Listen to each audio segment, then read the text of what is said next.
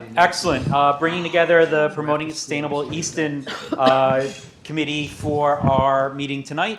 As this meeting is a hybrid meeting, it will be conducted in person and remotely over Zoom. Attendance by members may be in person or remote, and both types of attendance shall count toward quorum. The meeting may be and is broadcast live and is certainly recorded on ECAT. There's a list of how to engage, and if anybody has any issues online, raise your hand. We have the esteemed Dottie Fulgenetti who will help you get into our meeting. And with that, I'll take a roll call, and I will do my best. We have several folks that are alternate members, so I'm going to try to see who and who doesn't have rights to vote as we go through. So going in top to bottom list, if you could just say that yes, you are present, that would be great. Dottie Fulgenetti. Present. Jennifer Starr. Present. Pat Helen. Present. Connor Reed. Present. Alicia Cabral. Present. Wendy Nightingale. Present. Andrea, gonna mess it up again, Starsevsky. Present. Not bad. Not bad. Not bad, passable. I'll get there by the end of this whole committee thing. Kathy Millett. Present. Marissa Sousa. Present. Tom Broussard is present. James Hamilton. Present. Denise Higgins. Present. Chris Mills. Jocelyn Byers. Present. Nancy Donahue. Present. Those are all the standing members. Those people have rights to vote at today's meeting. Chris, happy to have you at the table, but you, as an alternate, do not get to vote as the membership is full and present. Does that make sense? Yes. Greatly appreciate you being here. Don't know if anybody else as alternates are present in the audience. Don't think so, but if you are, please do feel free to engage in the dialogue. And then just withhold your vote as appropriate. So with that, we have good full agenda as always. First, let me open by saying thank you to everybody for your time. As always, these meetings are lengthy, so there's an intro to tonight's meeting expectation. But also, there's a lot of homework that came out. There's just been a tremendous amount of information, which is the goal of these meetings to start, to share information so that this group can have a foundation of knowledge with which to engage on. Tonight, I expect, again, to build on that layer of knowledge. So we will be consuming a vast amount of information from the schools this time. Again, appreciate you active listening, taking information in. I do expect that the length of the conversation tonight will extend such that we will probably open next meeting with what were your takeaways, what were your thoughts, and your homework after this meeting will be, what are your questions that you may have after you've thought about the information that we've been downloaded today. We're probably about to get a tremendous amount of information just like we did for the town. And sometimes you think of things after the fact when you've had a chance to reflect. So please don't feel like you have to get it all in today. I do expect that we would open the next meeting with, let's regroup, what were the takeaways, were there any additional questions, so on and so forth. Huge credit to this team for all the questions and comments that you sent us to prepare for today. So thank you. There was a lot. I don't expect that we would get to every single one, maybe surprised, but candidly, the volume that I accumulated on behalf of everybody was 2 full pages of single-space items for context. So thank you for doing your homework. But that meant that a lot of people did a tremendous amount of work. Nancy, I think you wanted to make a point on that too. Yes, I just wanted to thank and recognize Connor and your team also for all of the work and the updated materials that we received on the community comparison analysis. I know we may not get to those tonight because the school work is our priority, but I just wanted to recognize all of the schedules that were included with the tax-based comparisons were very helpful, and I think the summary was really well written and appreciated. So thank you. Nancy, I appreciate that. And with that, in the spirit of good thanks, speaking to those, they were 2 full pages of comments. I do want to thank the school team in advance. They have a tremendous amount of people gathered here tonight to share that information with us. This is in addition to what I'll call the day job, just like it is for all of us. So I just want you folks to know that our job is to take what you give us and really use it as an investment so that we can learn and understand how we can put it to good use, educating the residents in our community for all the great things that are going on and some of the realities of the challenges that we face and maybe even some opportunities that we've taken advantage of. So just team, that's our job. These people have done a tremendous amount of work. We have to actively listen, understand how that impacts our committee and how we want to put that to good use to meet our charge going forward. So I'll end with the preamble. We do have 2 information and updates Connor, if you don't mind going over the top two, I think these are in your world. Sure, I'm actually going to punt to the finance director, Wendy Nightingale, on the first one, because it's reflective of a lot of folks in this room, but really a lot of Wendy's work as far as the National Budget Award. So, Wendy? Thank you. So we recently got word from the GFOA, that's the Government Finance Officers Association. It's a national association with the United States and Canada, and it's made up of government finance officers from state, local, provincial governments. There's about 19,000 members. We submit every year our budget. We've done it for the last 5 years. There was a gap with 1 year with COVID, but we submit our budget for this award. And what they do is they go through your budget, they look at specific criteria that it's a set of nationally recognized guidelines that they use to rate your budget and award you this distinguished budget award. So we were able to get that again this year. And in particular this year, we were able to get special recognition for performance measures. Where if you, I don't know if any of you have seen the budget document, it's a very detailed document. I recommend that you go online and look it up. It's on our website. It has very detailed information about not just the general fund, it includes the enterprise funds, it includes the community preservation fund, information on the capital budget, the appendices that show the town's strategic goals and departmental annual goals. It's got information on debt. It's got a lot of information. And so we were able to get that award this year. It's the 5th time we've submitted and 5th time that we have received the award. So very pleased to be able to get that again. So if I could just add a closing remark on that, I think, given the work of PASE and some of the hard budgets that we've had as a community, it's really important. This isn't to kind of say mission accomplished and spike for football, but a lot of budgeting is an exercise in communication, an exercise in trust, that we say, this is where we're going to take your public resources and how we're going to put them to work. And understandably, some folks may say, okay, well, great, this person who is paid to say the budget is good says the budget is good. So having that kind of national peer review vetting of our work, particularly given the size of our teams, the limited size of some of these staff teams, our finance department here hasn't grown since the 90s, I think is an important just added data point and edification to what we're trying to do. That's a great call. Team, any thoughts, comments? I think we've all heard that there may be surrounding communities that were surprised perhaps at their expenditures at the end and conclusion of a year. And to Connor's point, we could talk about information and expenses all day long, but if at the end of the day we're not talking about the information credibly, then that cuts to how we can feel confident in the information. So the fact that we choose to do this, that we participate, and that we're recognized for it, I think at least gives comfort that, and you can't assume this, that the numbers you're looking at are accurate, but we choose to take that extra step as a community. And again, Wendy, credit to you and your team for doing that, because it just helps me feel confident that what we're looking at is good for us to make decisions on or try to act upon. Awesome. And then just the supplemental community comparison. Sure, thanks, Tom. So Nancy touched on this before based on some of the feedback I got from members of the committee. I think, Jocelyn, it might have been your feedback in particular around looking at what are the kinds of filtering metrics that we use for our benchmarking. Benchmarking is obviously good management practice, but we try to be very matter of fact and open that, it's the factors on the front end that you pick have a huge impact on who gets identified as your peers. And so there was really good feedback from a group that our traditional benchmarking is focused on a lot of individualized economic and socioeconomic factors, but it ends up with a lot of communities that have a much larger commercial tax base. So is that really that helpful?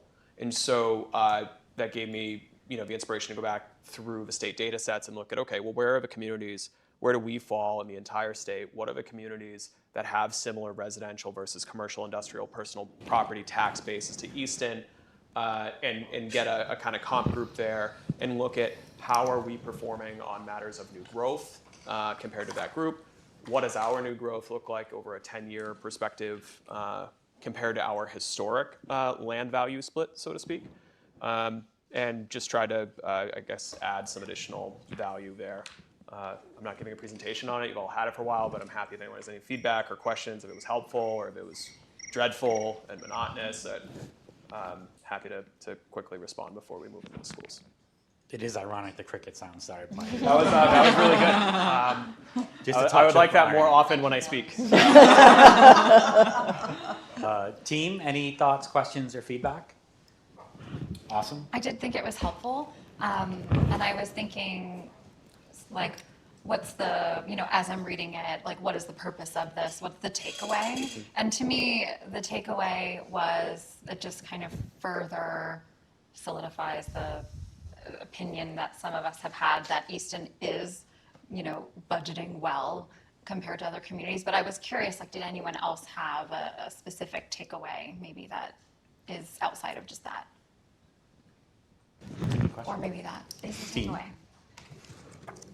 Nancy? I would just say that in addition to that, I think we are doing more with less. I think it's a really good communication point that we are very quickly going to have to let the community know some of these things so that we're not surprising them at the town meeting next spring with some of these information. They need some time to digest this as well. Fair point. Anybody else?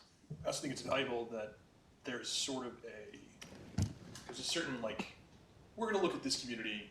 This community has a certain myth or vibe or public persona that people think about. You can name whatever town, people will be like, oh, I think about that town in this way. And this is just the hard data of it, right? You might be like, oh, okay, so Sharon obviously has an excellent school system. I think we all know that. When you look at the actual final numbers of what it means, it's more approachable as to what that looks like. If you look at that versus some of the, I'm from Western Mass, if you look at some of the towns in Western Mass and the drastic spending difference, it makes it that much more real, that much Sure. more concrete. Fair. Denise, did you have any comments? Yeah, I spent a lot of time in this area, and this has got to be incredibly difficult to digest because when you take a look at some of the peer communities that we have, and you take a look at Yarmouth, Sandwich, Newburyport, and Bourne, very much different than us, but yet there are peers in this. Sharon, Walpole, and Bridgewater are easier to process. And then you've got Amherst-Drake and Melrose. So it's a very difficult process to make sense of some of this information. And we as a board here are probably going to have some very difficult questions comparing ourselves to some of these communities. So it's going to take a deeper dive. Sure. Even more than what we've been doing. A lot of information here. Yep. So I think one of the aspects that I just raised is that this really is the outcropping of a previous set of communities that were picked, whether they were geographically close to us or within our average population.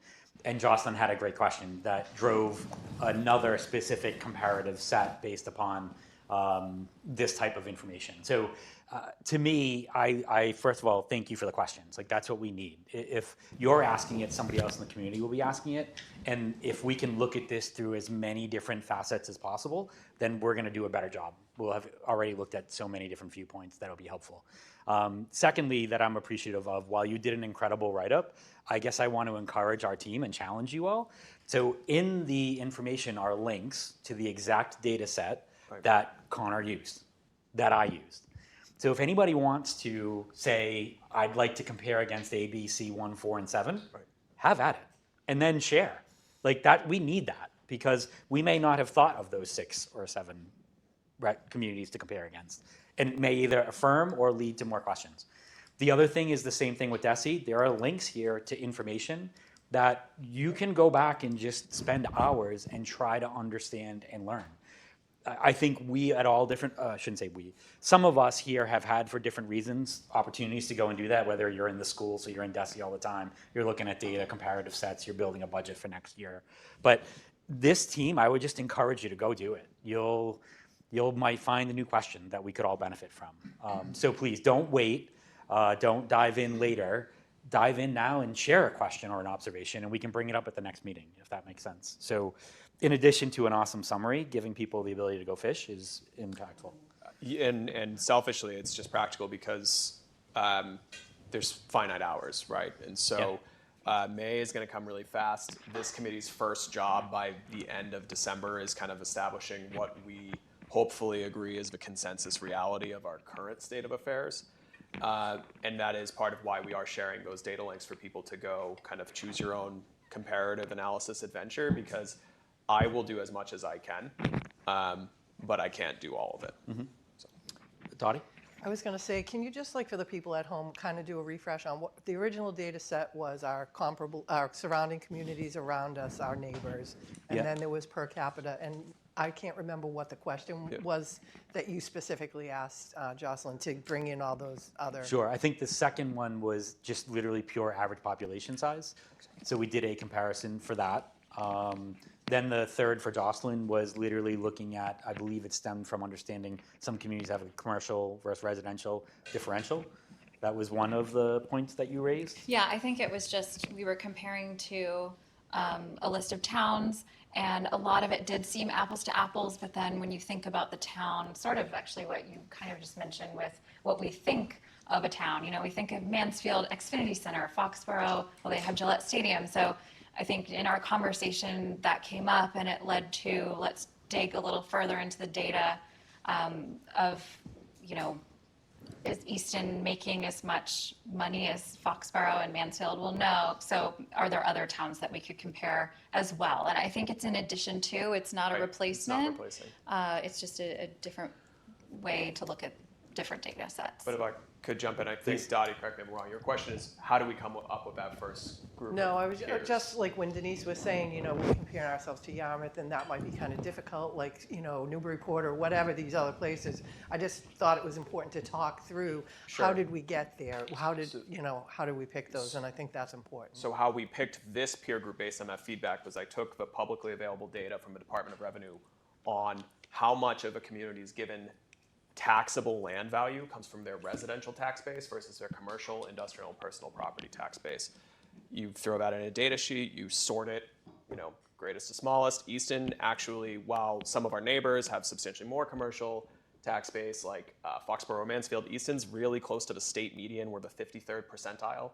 So I think that's another really good point about from you and Patrick on, like, how do we conceptualize places versus what does the data say? We touched on this last time that a lot of folks don't think Easton has more residents than Dedham, Foxborough, and Mansfield, but we do. And that data matters, right? So we sorted the state by their tax bases, so to speak, and then took who are those communities within 5% in each direction, as far as comparability of where their taxable value comes from, what their kind of portfolio looks like, so to speak. And that was a huge number because we're very close to the median. So I think something like a third of the entire state is actually within 5%, which is useful data in and of itself to show that while we may feel like outliers compared to some of our more commercial heavy neighbors, we are clearly not. Our experience is not unique in that regard. So to narrow that, then we took the same population bands that we've used looking at expenditure comps, which is communities between 15 and 40,000 residents. And even still, that was a really large data set. And so I took who are the folks, the 10 nearest to us with their total tax revenue, right?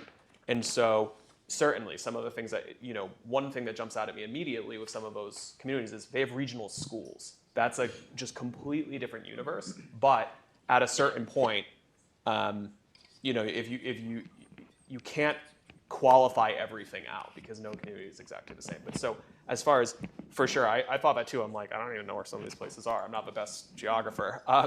But when it comes to their tax base, when it comes to their tax revenue, when it comes to their population, they are, from that lens, similar. Dottie, that was how we arrived at that group. And again, I think I put it in there because I always try to be a cautious bureaucrat. I'm not saying this is the one right way to do it or the one perfect way, and that's why we gave everyone the data sets instead of you know, have a different perspective, please dig in.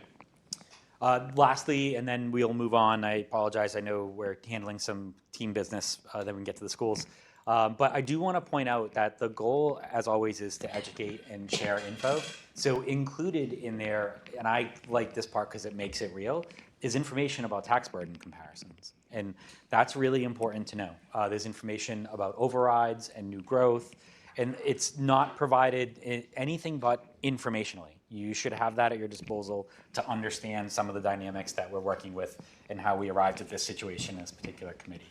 If there are other things that you would like to see, some really big pieces, just raise your hand, shoot an email, and we'll try to figure out a way to resource getting that together. If you don't have access to yourself. If you do, it'd be great if you pulled it and shared it, and then that way it saves other people having to do the work, and we really appreciate it. Sound good? All right. Next up, so we have the Easton Public Schools components regarding budgeting, operating position, per pupil spend, other comparative analysis. I think I already set the stage. We have asked so much of you folks, Dr. Cabral, so thank you in advance. We're very excited to be able to listen.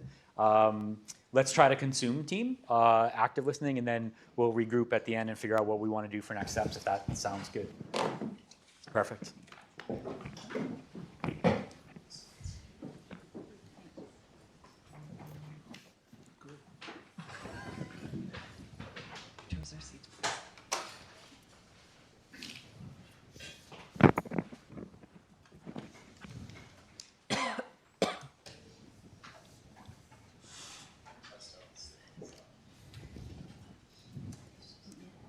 Oh, it's not represented. Yeah. Yeah, as a non-Googler. I don't think I've ever seen that message of, wow, this doc has changed a lot. So clearly there has been a tremendous amount of work. When the computer is telling you, And then immediately something went wrong. right? What is? As a Microsoft shop, I'm in different territory.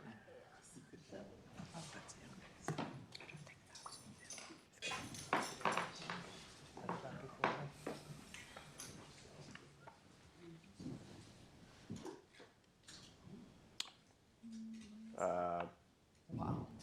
Just took a second. This presentation specifically is not yet on the PASE materials, is it? No, not yet, exactly. It's the budget and other resources, but okay. We will have. Well, you have to share it. I'm waiting for Dottie to recommend Control Alt Delete. Did you shut down yet and reboot? Yeah, that's the thing, I just want to be one. That's grayed out when it. So give you folks a couple minutes to load the presentation. We can, see, as soon as I tried to move on. No, please go on anyway. I can wait if you. I was just gonna do the minutes to fill dead air. That's fine. I always heard that radio thing of you're never supposed to fine. have dead air on the radio. No, I think it's a good idea. We're on TV. Oh, there you go. We're good? See? No one's The more threat of moving on. The presentation said The no, computer heard minutes and right? screamed out through ChatGPT, no.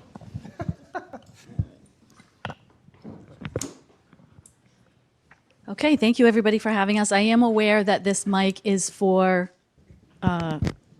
ECAT, and so it's not going to amplify my voice, so if anybody can't hear me, please let me know.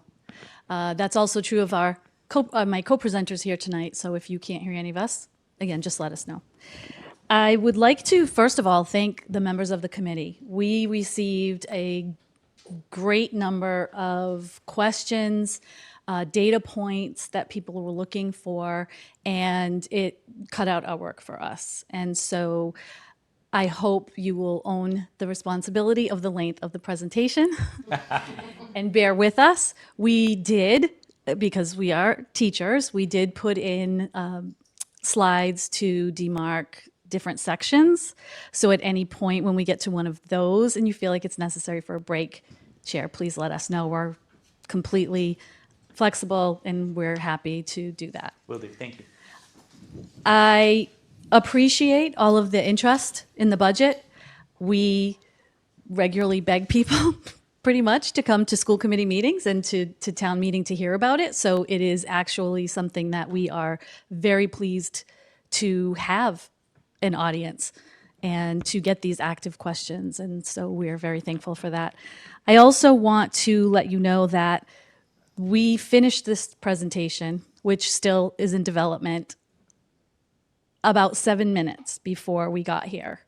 So we have just tried to put in as much of the information you requested as possible, as well as orienting or contextual information. And so that's why there is a lot.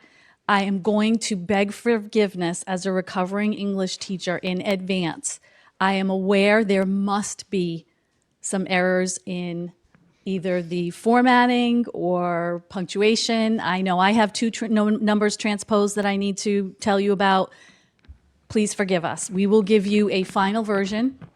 The reason it's not in your packet, this is sort of our draft because we thought that content was more important than the looks of it and the presentation, and that is not our usual MO in the education department. So I have to put that out there for all of our good sleeping tonight.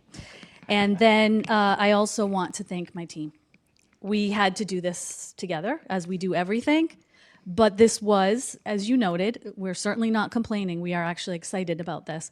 But it was a good deal of time in every department. But everyone is not on the committee. I asked them to help prepare information. And when I said, would anybody like to come and present with, they all showed up. So awesome. I am extremely grateful for this team. Easton is very lucky to have such dedicated people, and I think you're going to see in this presentation that holds true for every person in the department. The reason we are getting the things done that we are getting done is because of the people that we have, and I want to punctuate that now, in the middle, and later. Please understand that people are doing some extraordinary things for your children. So I am going to begin the presentation, and I'm going to have colleagues come in and speak to their areas of expertise. If there's a clarifying question, because we have a slide that's not clear, please let us know. We are used to being interrupted. As I said, we've all been educators, so we want to make sure that you understand what's happening. If there is something that we know, having worked on this together, that is coming later, we may ask you to wait for the graphic for that. But please write it down, because if we forget or skip over your question, we want to make sure we answer it before we leave, or that we get it by the next meeting. And there are some things that we just didn't have the data. Dozens of the data points that you asked us for don't exist. And so we had to create them. And so we didn't have time to create them all. So I will explain some of that. In fact, one of the things that Andrea Starzewski, Director of Finance, will be discussing way later in the presentation is that we are beholden to a chart of accounts, or basically every single category in our hundreds of lines of budget. We are mandated to follow what DESE gives us as lines. So we don't have the latitude that private corporations or industries or even the town has. We have to present it in a certain way.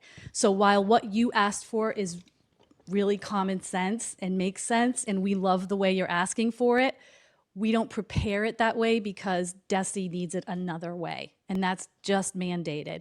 So that's why we didn't have the data points, not because we didn't have the information, but because we present it in a different way. I'm sure we'll see some examples as we go along. Okay. Just to sort of orient you to the district, we have just embarked on the first year of our new 5-year strategic plan. I think it's important that we start all of our conversations with the fact that we are thinking of these points whenever we do anything, including the budget, including our spending, including our hires, including how we meet with our students, what we provide, extracurriculars, and everything. Our vision is that we want to empower every student and educator to excel, innovate, and thrive within a relevant and rigorous learning environment that's safe, supportive, and inclusive. Through culturally responsive instruction, deep community partnerships, and positive relationships, we strive to nurture curiosity, critical thinking, and resilience, fostering holistic growth and unity for all. And I think you will see in our priorities here that that is what guides us.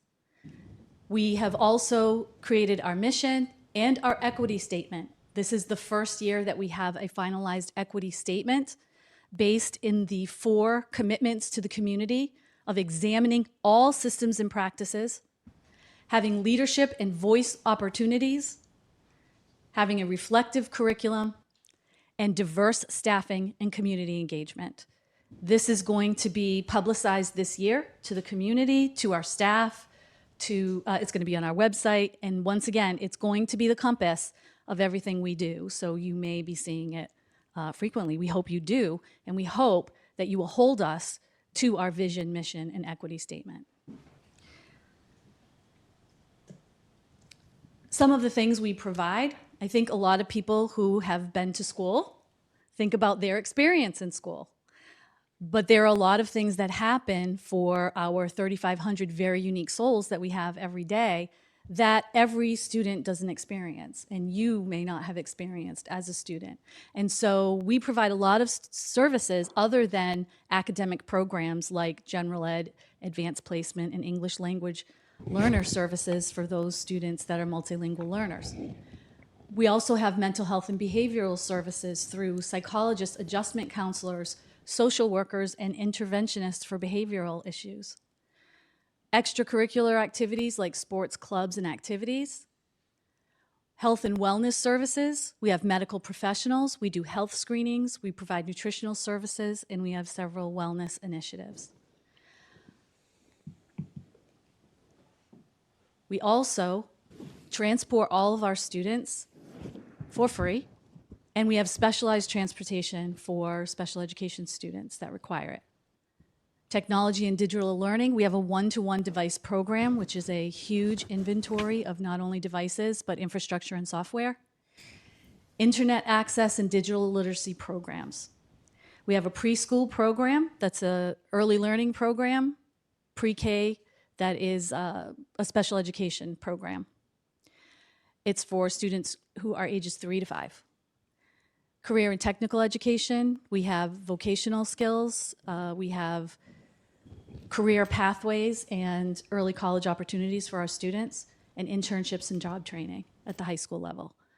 And of course, family and community engagement through our PTO and PACs, our parent resource centers, and our community partnerships, which we are abundant in community partnerships in Easton, and we have wonderful relationships with many people that really have helped us to get where we are, especially with the resources that we have, and we're extremely thankful for that cooperation.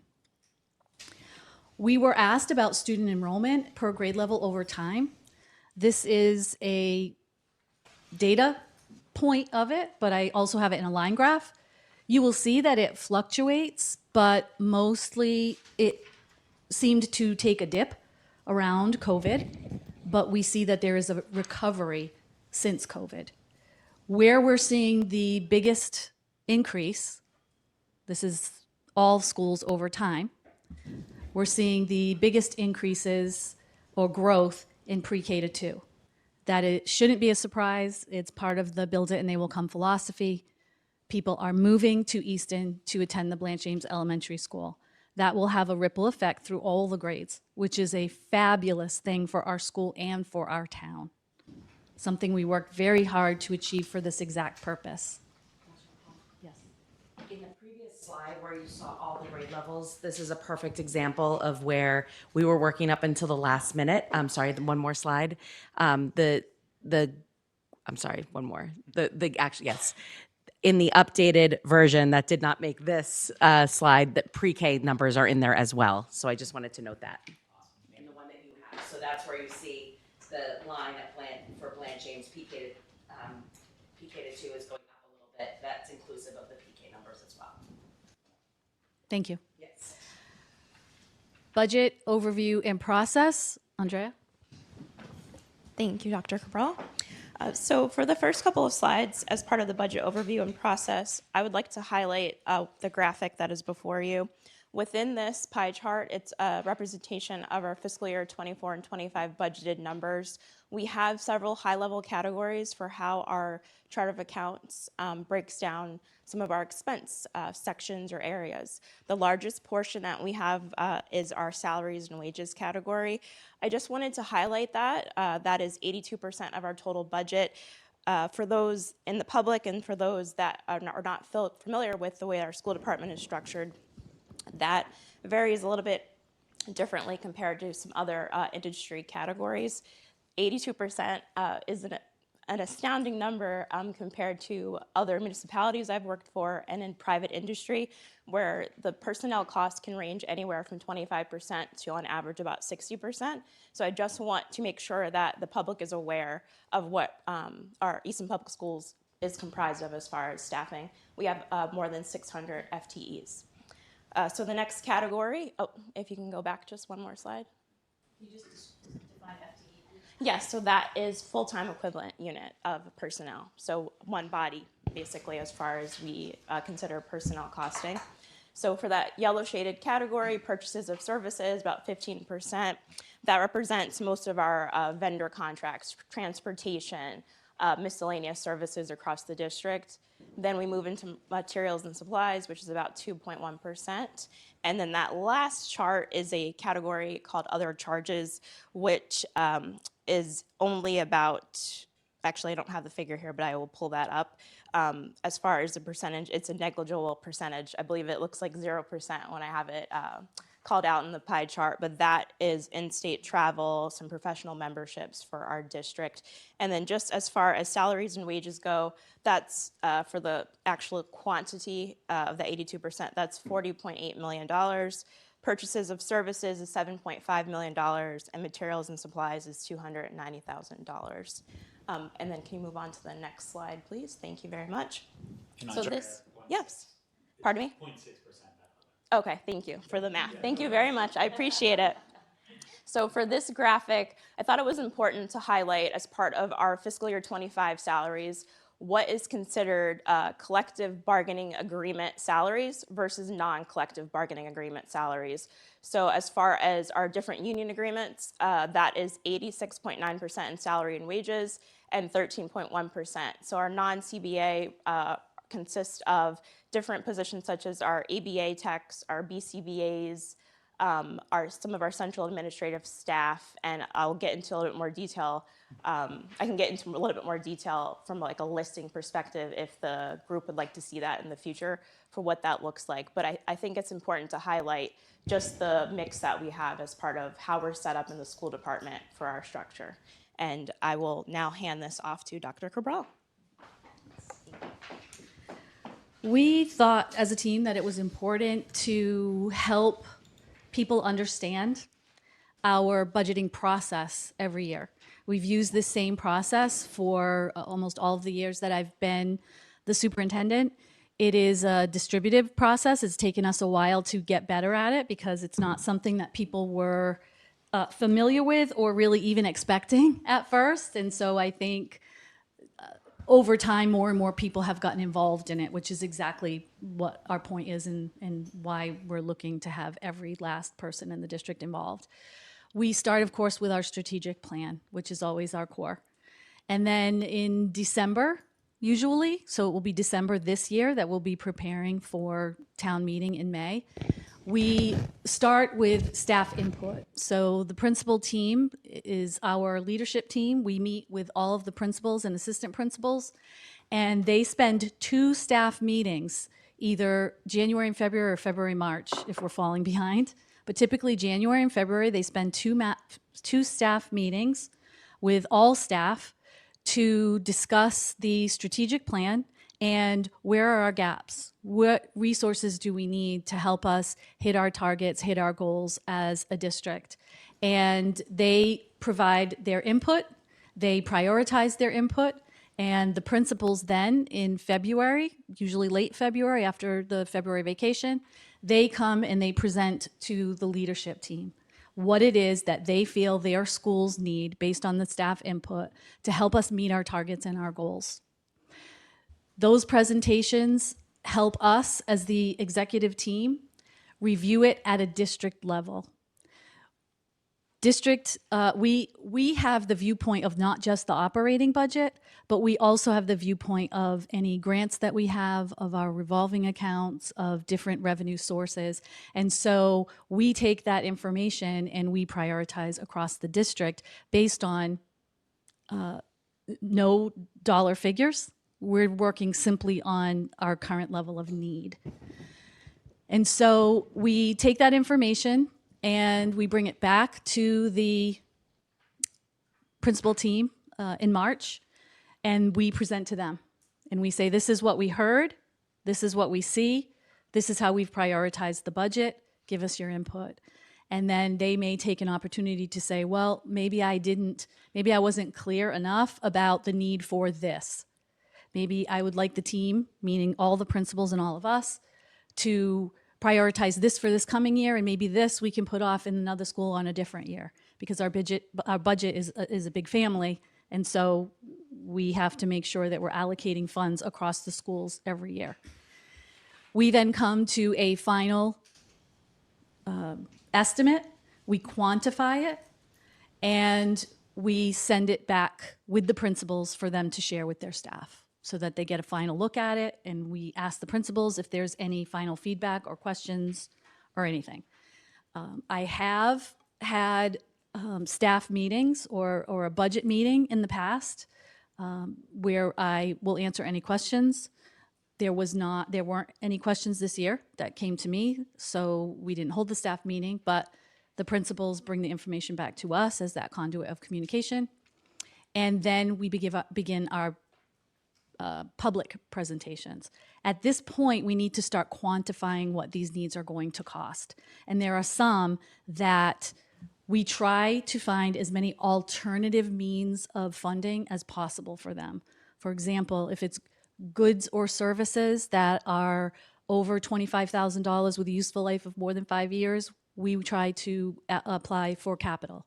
If it is a request that falls in the realm of the CPA, we try to approach the CPA for assistance. We know that our operating budget is not going to pay for all of the things that our staff, our professionals are telling us that they need in order to close our achievement gaps and help us meet our intentions for our students. So we then pare it down to when we have our first meetings at the town with Connor and Wendy, and we come in with a number that we know is never going to work, but we try. And the town does the same thing. And you see that in what's called the first budget memo every year from Connor that he puts out. It always has a deficit because all of the things that people are requesting are very much needed and very important. And so we start there. And then from there, it kind of goes backwards until we get a balanced budget. And it's never fun and it's never easy, of course, but that's fiscal responsibility. And so we do that every year. The public presentations include presentations to the school committee. By law, they have to vote on the budget. Then it goes to the select board presentation, FinCom presentation, of course, town meeting, multiple public presentations. They've all been recorded and they all start with this. So I apologize for those of you that have seen it 100 times. This document is what we use as a school department to define our targets. I'm going to spend a little time on this. I hope you don't think we're going to spend this much time on every slide, but we're going to use this vocabulary throughout the presentation. So I think it's important for us to orient you. We have reactive and essential needs, which are the base. They're on the bottom. Those are the things that staff brings to our attention that they're only a reaction to a current need or a mandate. They are not even going to fully necessarily satisfy that need or mandate. They are things that we know the Department of Education is citing us on because we're either not providing enough resources or we're not providing enough professional development. There are many data points of minimum spending that DESE has for a school district, whether it's professional development, it's special education. There are many data points that we need to meet from a regulation perspective. Reactive and essential are those things that we are either... Did I do that? I don't know. It's okay. It's fine. Like I said, we're teachers, we punt constantly. It's fine. Those are the things that are already a problem. What I mean by a problem is either we have given a limited amount of time to rectify the issue. It is a mandate that has been put in place and we've been given a specific amount of time to meet the mandate. It's a regulation or reporting or compliance that as a district we have to put in place. It may not even necessarily be anything at the school level. And so that's why a lot of the things that we put in place are, we put in place district imperatives as well as the staff imperatives. Because there are some things that the staff doesn't need to deal with because they have so much on their plates already. Those are what go in reactive. Proactive, and I'll just give you an example of reactive. For example, you're going to hear later about our multilingual learners, our students that speak many different languages, or students for whom English is not their first language. There are service hours that are mandated by the state that we provide for those students in directed instruction by a certified EL teacher. The state calls it EL, we call it ML. We are not meeting that. So in order to fill that, we need to hire EL certified staff. We can't hire all at once all that we need. So for example, an EL staff person has been on our list of reactive needs for several years. We were able to hire one this school year, but that's why I say it may not fully fund the mandate or satisfy it, because it's one. It doesn't mean, oh, ELs are fine now. We have all of the service that we need. So I just want to make sure that's clear. The next is proactive. This is when we're preparing for an imminent or developing need or mandate. Obviously, lack of preparation in this area just moves it down to reactive in upcoming years. An example of a proactive need would be, we know that there's legislation currently in the pipeline for free pre-K education for all students. We charge tuition right now. We have to, or we can't run the program. We have to have a plan for when that comes, because we can't shift to free pre-K in 1 year. It's cost prohibitive for us. So we have to think of a way to slowly move in that direction. That would be a proactive. Another example is there's legislation also pending on every student in high school taking courses in computer science before graduation. We have one computer science teacher and 1,100 students.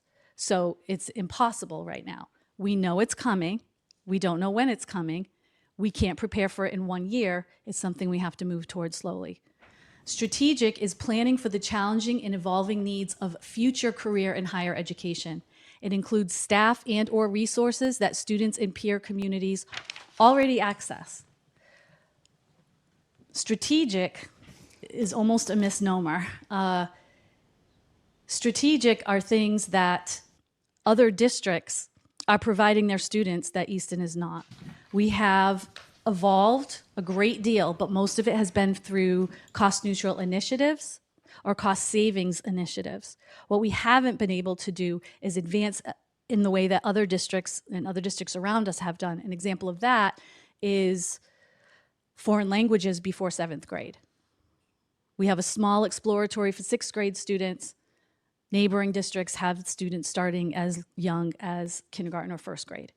That makes a huge achievement difference by the time a student graduates from high school, especially now when we're in a global economy and a flat world, and people are dealing with people from all over the country.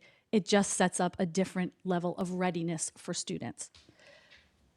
Unfortunately, we had 1 year, a few years back, where, well, first let me just say that since I've been here, this is my 12th year as superintendent, proud superintendent of Easton, we have been in reactive or essential every year that I've been here. We've never been in proactive. 1 year, we had to move to regressive, and we did have layoffs and elimination of positions. It was literally off the chart, so I had to create what we call the regressive category. So that's what you will see now, because it was necessary. Hopefully it won't be necessary again, but it was necessary. We had to reduce or eliminate staff and resources.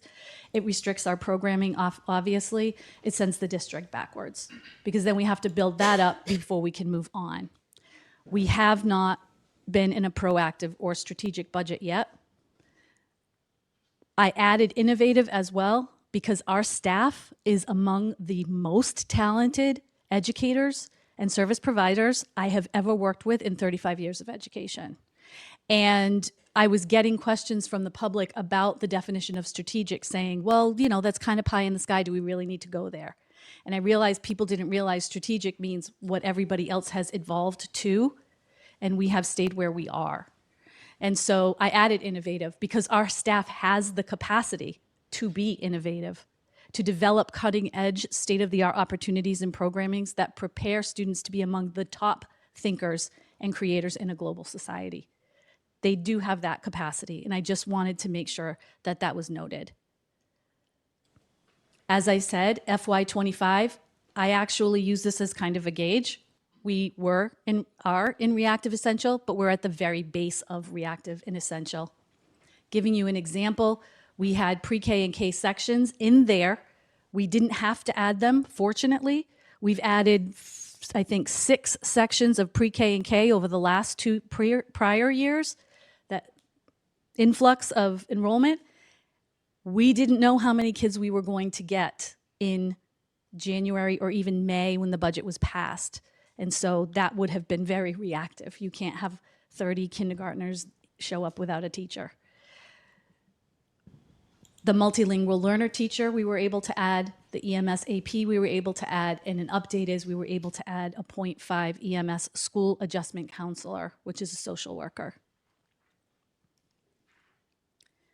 Some of our budget influencers, as I said, the increased PK and ML enrollment, you'll hear about those later. Contractual salary obligations. Obviously, if you have a contract, we cannot the next year say, just kidding, we're not providing those benefits to you. So that is mandatory. That's the first part of our budgeting process every year, is that we roll that over. The increased costs of out-of-district students. Those are the students that we are unable to educate because of their acute needs, either medically or from a special education perspective. And that has gone up. Mr. Davidson will talk about that coming up. We are a minimum aid district. We talked about that at our last meeting. Administrative obligations regarding, we have new discipline and anti-bullying laws that come with a lot of compliance and a lot of legal responsibilities. Transportation contract, it increased 10.7% in this 3-year contract.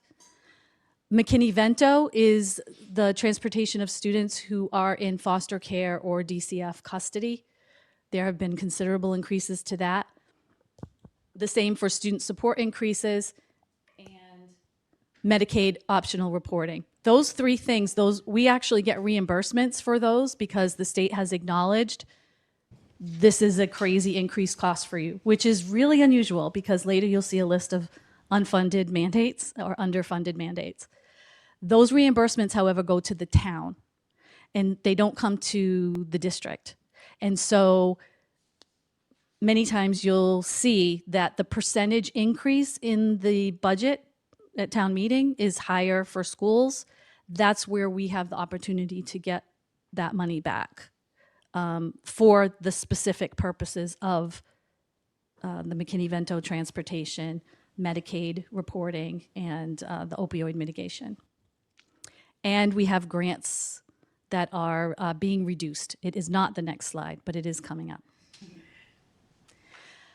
So I'm going to finish my part here by explaining how we actually did the budget in real numbers this year so that you have an illustration. The very first thing we do is the 83% of our budget. We roll over staff costs. That was 4.97%. Now, staff did not get a 4.97% COLA. They've historically gotten 2%. However, with step and lane changes, longevity, any benefits that are in the collective bargaining agreements, it comes out to almost 5%. That's just rolling over the staff from the year prior. And then the regressive essential staff that I mentioned, that was 0.47. Very small because we really couldn't develop anything. We're in our very low regressive budget. So we start with 5.43%, which is already more than we've gotten in most years. Then we have the increases I spoke about in operational contracts, transportation, out of district, and so forth. That took us to 8.7%. We have to transport our kids to school. We have to pay for operations. We have to keep utilities in the buildings. That took us to 8%. That was obviously not going to happen, so we had to go back to the budget and think about how we could reduce that percentage to be manageable for the town. We moved some interventionists from our operating budget to the ARPA grant, which is expiring this year. This is all, our technical term for this is kicking the can down the road. I said this when I presented this budget. I'm saying it again. I want to be really clear that this is kicking things down the road for survival this year. We froze some positions for one fiscal year. Positions that were retirements, that had lower populations of students, but we know from our enrollment data that more students are coming the next year, so it's only a temporary freeze. We have to figure out something else when we get to the next point. Special education, potential student graduations. What that is students that are in outplaced tuition-based programs. We have a couple of students that are set for graduation. Obviously, these are high needs, high risk students who may not graduate this year. They may need longer to do it. Our programs go up to 22 years of age in order for them to meet that goal, and some of them need it. So that's why I have including contingencies in the title line, because we had to take a leap of faith on some of these numbers in order to get a balanced budget. Potential SPED prepayments. We had not yet rectified the final numbers because invoices and POs still come in even after the teachers are gone, and we have to, Andrea has to reconcile a $50 million budget. And so we wanted to get it to the dollar. We were hoping there would be $200,000 left to prepay special education tuition. We did do that. Additional paraprofessionals funded from a grant. It's called the 240 grant. So we moved paraprofessionals from the operating budget to a grant. We don't know what the grant numbers are year to year. That's very volatile. Special education transportation savings. We were able to negotiate a new contract with a different vendor for a few routes, saved $60,000. And fund some curriculum costs, again, with the ARPA grant. We did have some costs that Connor helped us find ARPA grants that were applicable. They're very specific grants for what you can use them for, and we were able to take that out of the proposal as well. That, including an 11th hour analysis of utilities, because you have to remember our new elementary school just came online and we were just finishing a full year. We had no longitudinal data for utilities projections on that. So that is shaved to the dollar on what came in after a full year of being in the building. And that was $100,000 savings. Yes. Can I jump in? Yes, please. So I think that's a really good point that goes back to a couple of questions that have come up in previous meetings, specifically in looking at like the structural revenue deficit report, where we've itemized some of the things that we have done as a town and as a district to save money, to cut operating expenses, doing things like solar, doing things like utilities. That's reflective of obviously Blanche James being a substantially more energy efficient building than what we were carrying for 3 very antiquated buildings. But it's common and it's understandable for a citizen or a taxpayer to say, these people are listing out all this stuff they saved. Where's the savings? I'm not feeling the savings. And it's important to remember that we have to contextualize $100,000 of cost avoidance there with sometimes hundreds of thousands or millions of unfunded needs somewhere else. And so I think sometimes people may feel like this is some kind of accounting sleight of hand, but it's really important to draw that connection there. And I appreciate that the schools are doing so. And you make another good point in that we hear a lot, some vernacular about, oh, they're finding money, they have money here, it just shows up. That's an example of something that came in late. We cannot overspend our utilities line and say, well, we're just not going to turn on heat this year. We have to wait until we have a firm number that we know we can afford the heat in the buildings. We can afford the energy, we can afford the electricity. And we can't if we don't have the data to show us. So when people say we find things, we don't find it. We were watching it the whole time, but we didn't know how it was going to come out. We weren't even sure if we allocated enough for it. We were literally guessing based on a couple of months of a very mild winter that was not typical of what we're going to see in the future. So that's part of that comment. Sometimes when people say we find money, that's an example, if you will. If that's found, then that's an example of things that we don't know sometimes until the 11th hour. That brought us to 5.57%, which was our request.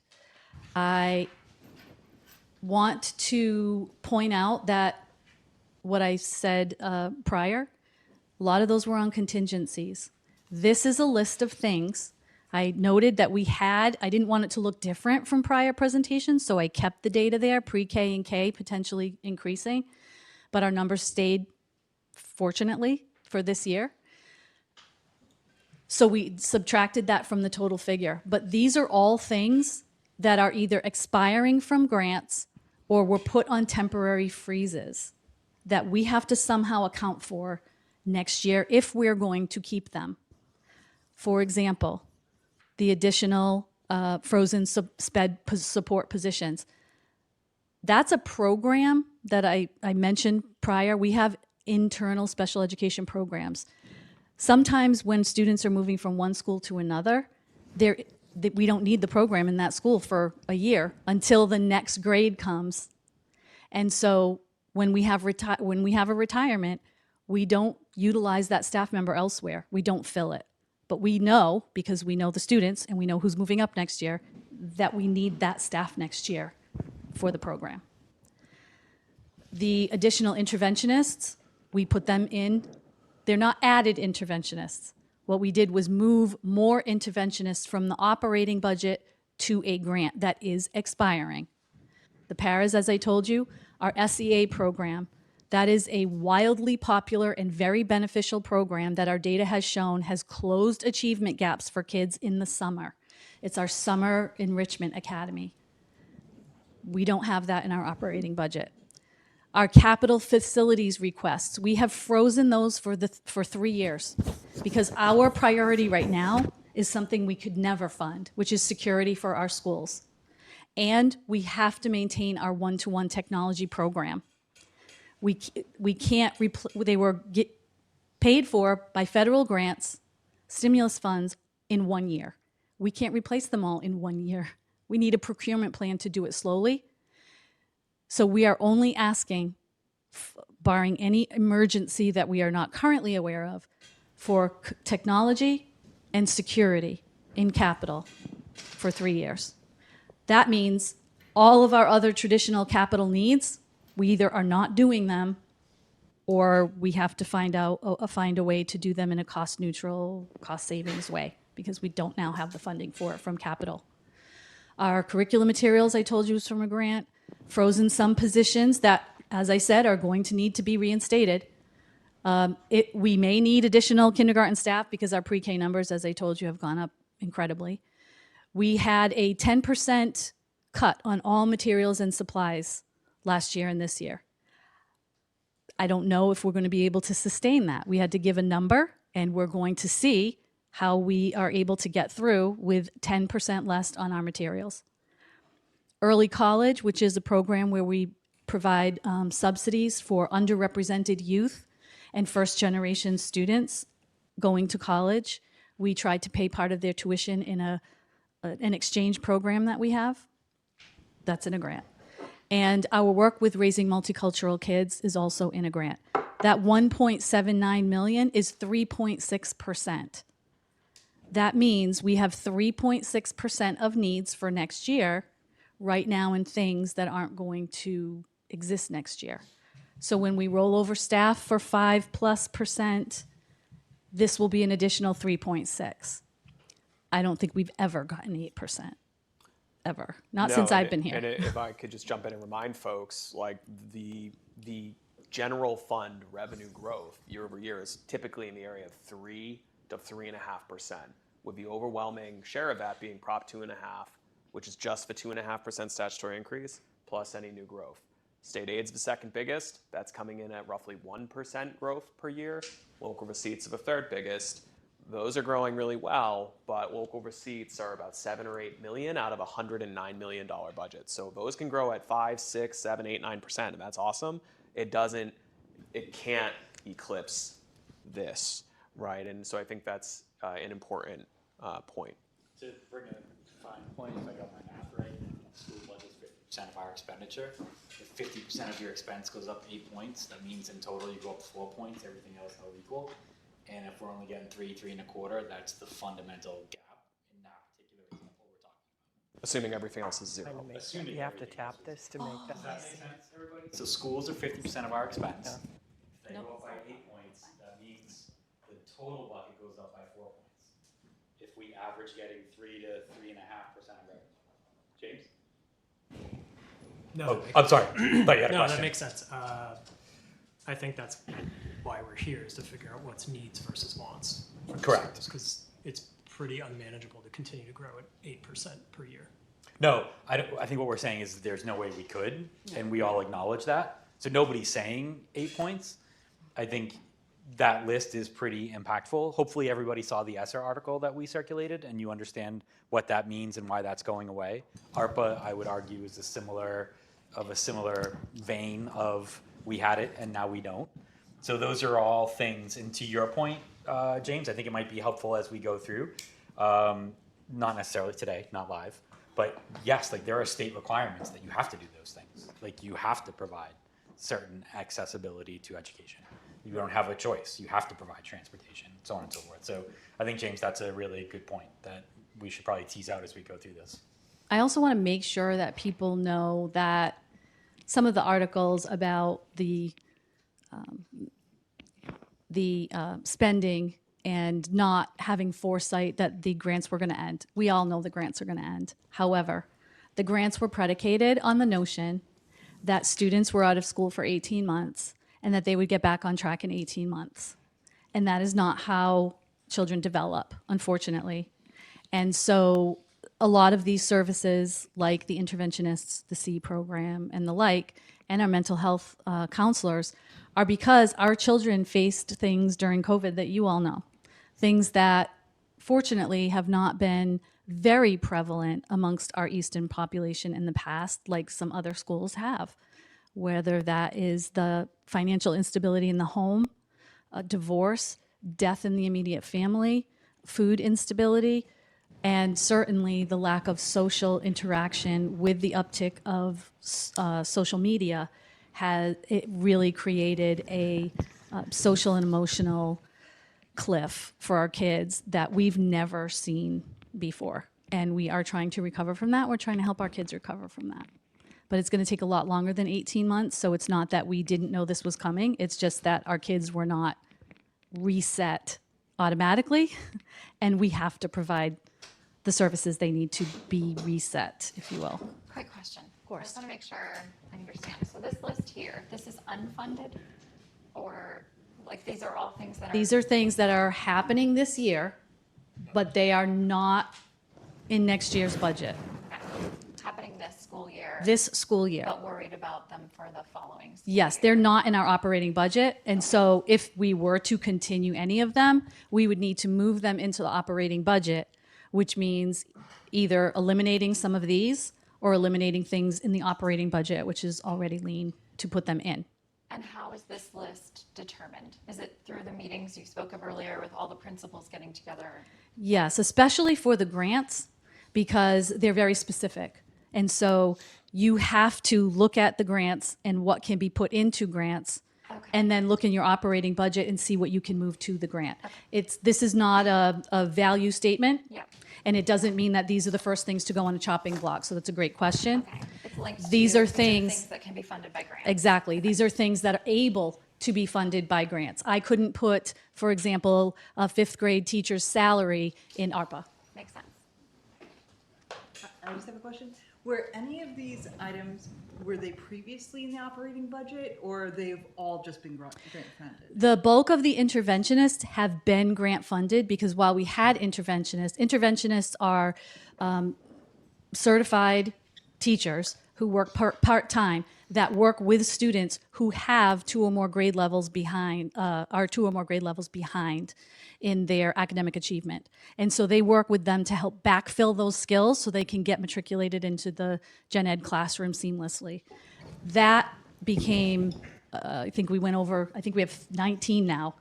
And we started with maybe 6. When COVID came, we added over a dozen because that need and that achievement gap took a huge dip. So just to be clear, everything is just has been grant funded, like previously. Nothing was in the operating budget previously? The special education teacher, special education paras. So everything without ESSA? And the capital was in capital, Okay. not the operating budget, but it was in our capital requests. So basically everything that doesn't have ESSA or Exactly. Okay. Oh, well, that's not exactly true because paraprofessionals were in operating and it says there's a grant next to it. Okay. Right. Okay. And you'll see in a future slide about Title I, the inconsistencies with Title I and how we were fortunate this year to be able to utilize some of the ARPA funding for that purpose. Okay. James? So is this saying that there was additional or there's currently pre-K staff and kindergarten staff that are currently funded by grants that are not funded for next year right now? I No. can explain that with Okay, sure. school. Okay, he can explain that when we get to preschool, but that's why I eliminated them because we didn't need them this year. We really thought we were going to need them, so that number was over 2 million. But I just kept that so that people know if we have additional pre-K or kindergarten students next year, we are going to have to add staff for them. And so that number is reflective of those 2 things taken out this year, but certainly next year they could. And I say pre-K and K because those are students that we just don't know that those little humans even exist, right?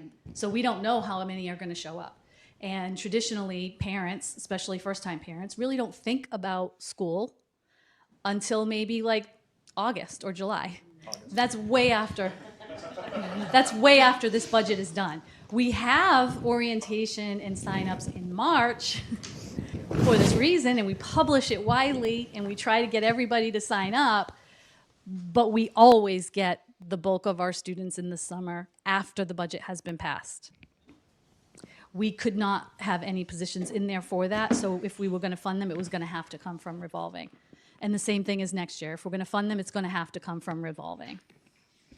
Just one clarifying base level. Does everyone understand when our fiscal year starts and ends? Just as, like something that's additional, because it's not January to January.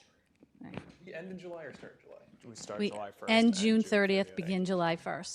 Which is key to this type of understanding that it says fiscal year 25, which effectively is School year 24, School year. 25. 24, 25. Yeah. Thank you. Sorry, we live in the FY world. Thank you for saying that. Could we clarify revolving funds for the non-budget? We actually have a slide on revolving funds coming.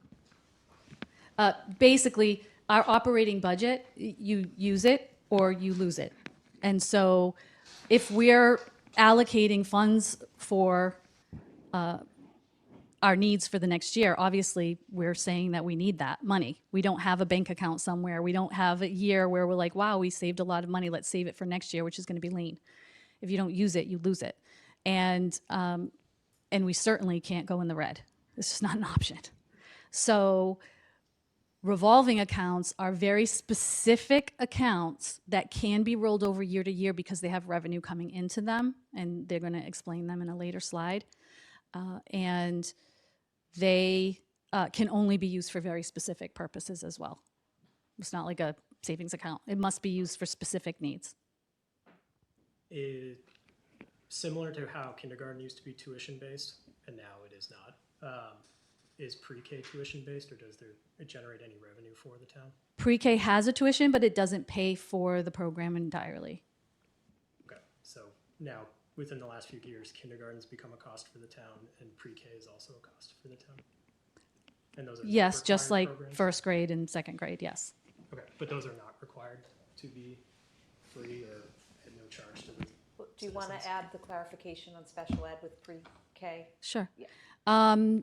So not exactly, because the pre-K program is a special education program.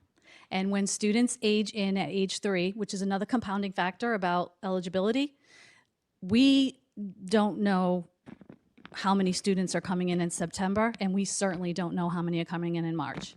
As a child turns 3, we are required to evaluate them, and if they are eligible for special education services, we are required to educate them for free. So we do not charge tuition. We can't. It's not lawful.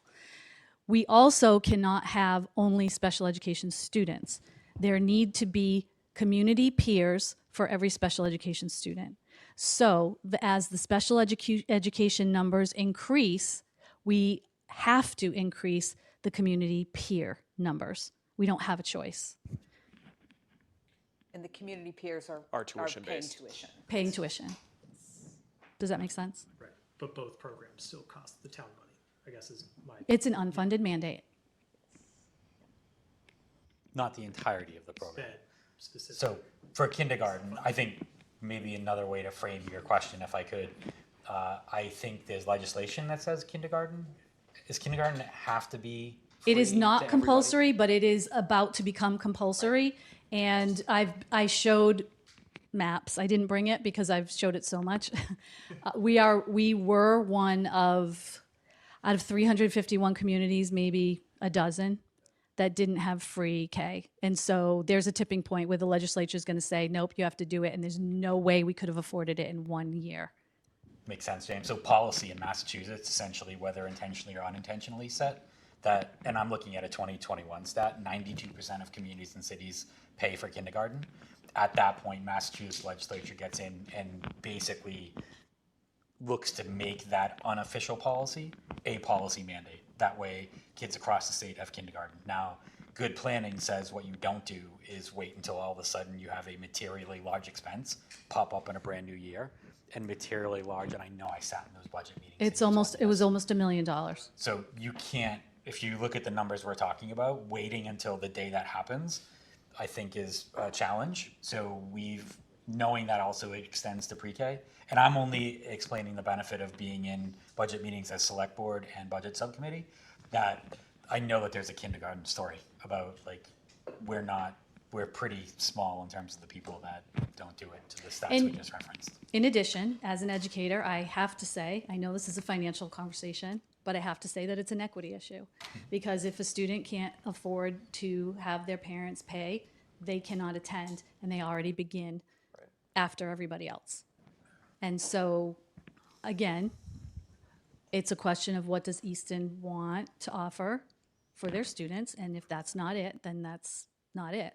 But that is a very important consideration.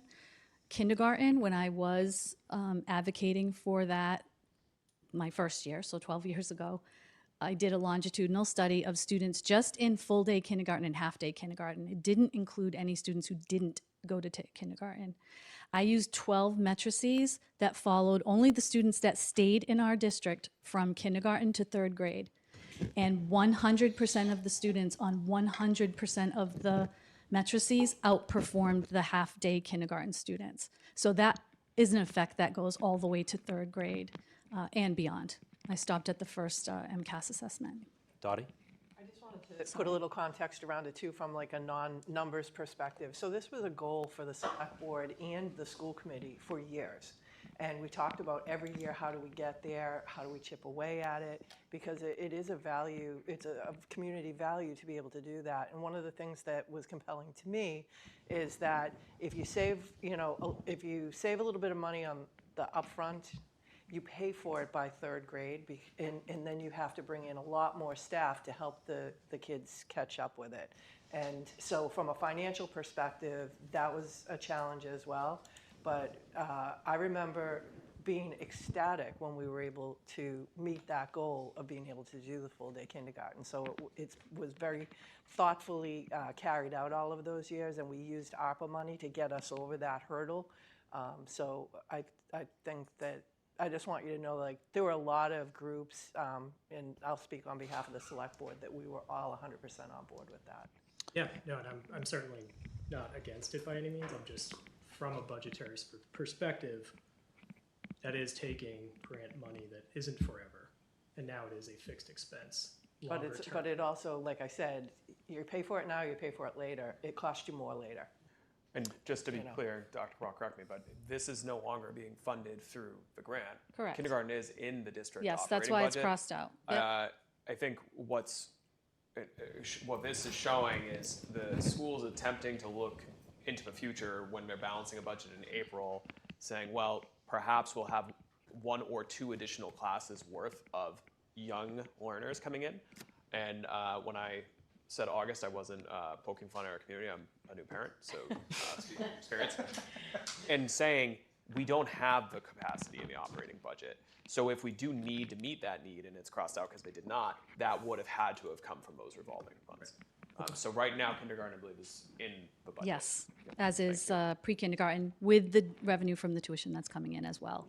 I also just want to point out that the 3 levers that I discussed with trying to move us to a foundation district, one of them was kindergarten, because you don't get credit for students if they pay tuition. We were only getting credit for half of our kindergarten students, and now we get credit for all of them. So it has bumped us closer to foundation. Two other people. Sorry, Dr. Sure. Cabral. I think Chris wants to make a point, and Patrick. We're actually talking about full-day kindergarten as opposed to half-day kindergarten. Correct. Half-day kindergarten was never paid by the parent. Right. It was part of the budget for the schools. It's the full day that we're talking about. It's the addition of the other half. Correct. This is about day free kindergarten. Good point, Chris. Patrick? I don't know if you mentioned this or not and I missed it, but if the winds of change for the pre-K mandate are coming, do you have any insight on what that time frame is, or is it's a finger in the wind still at this point? It is. Yeah. I mean, it's in the legislature right now. You can follow it. So that could be tomorrow or 10 years from now. Exactly. Yeah. Thank you. I'm betting against tomorrow, but I understand the sentiment. I'm with you. $1.50. Just a time check. Yes. This is on us, not on you. Just letting the team know it's 7 o'clock. So we have plenty of time, but just want you to know if you're like, look, I want to get through a few slides, you can let us know that. I'll have that discussion. Thank you. Yes, I do. So just to tie this up, we talk about the difficulties we have in the town. This is us in comparison to the other towns. And I think this is a very important point. Now, when we talk about comparisons, we use two metrics in the school department. DART is what you see here. DART are the districts that the Department of Education has identified for us that they compare us to in all of our metrics, including student achievement and our accountability. And you can see that in this bar graph, our per pupil expenditure for FY22, which until this week was the most recent data. They just came out with 23, so I apologize it's not here, but it's not tremendously different by any means. Our per pupil expenditure is $16,635. The state average is over $20,000. And you can see the highest of our people that we are compared against for our performance and our accountability. We are accountable for our performance to the state with much less funds. The other metric we use is our bordering neighbors, and so that's who we have here. We don't have the cities because they're SOA or Student Opportunity Act districts and foundations, so it's first of all, they would all be more. But it's not a comparison. We'll never be a Brockton with a $200 million budget. So I only took out Brockton, Taunton, and Stoughton. But with that said, again, we're at the bottom. We are 16,635. Bridgewater Rainham, which is a smaller number because it's just a regional district. So we're essentially the lowest district. And the state, again, is at $20,000. So we are going to talk about student achievement later. I just want you to keep in mind what the staff and your children are producing with this amount of less funds. In fact, if we had the same funding, I did keep Stoughton because it is, it's not like a Brockton or Tyne. Brockton's on there. Oh, it is, okay. So, I made so many charts, thank you. I told you it was gonna be more, so I wasn't lying about that. So Easton, if we receive the per pupil funding, just of the next town, which happens to be Stoughton, not even the state average or Brockton or whomever, because we'll never be Brockton, just the next town up, that would be an additional $5.6 million revenue every year. So we're doing what all of these towns are doing with $5.6 million less every year. Now, if we went with the state average, which when we compare ourselves for achievement, athletics, arts, music, professional capacity, we always shoot above the state because we are above the state in all of them.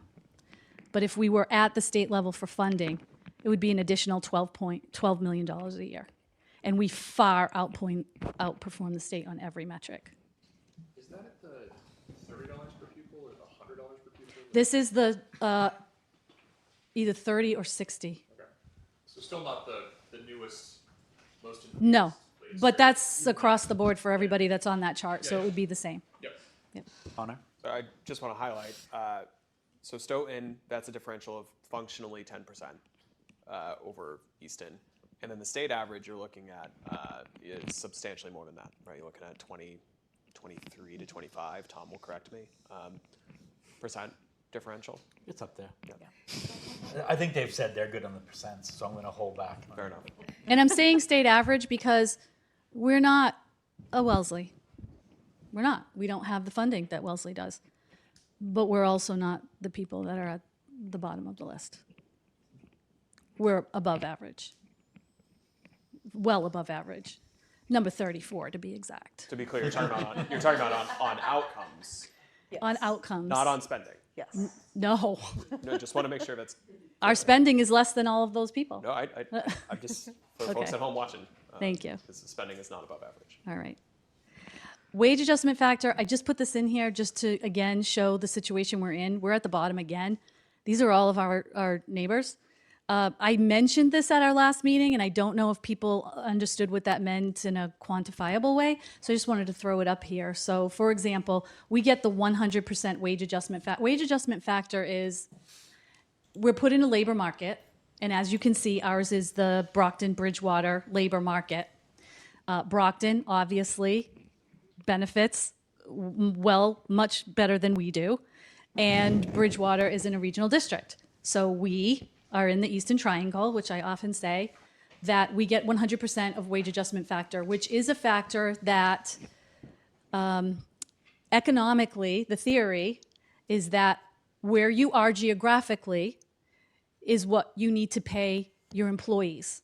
And so because we're in the Brockton-Bridgewater labor market, the theory is we need to pay our staff less than Mansfield, who's second from the top, because they're in the Boston, Cambridge, Newton labor market. Even though we are bordering neighbors, we are very similar in demographics and every metric you can think of.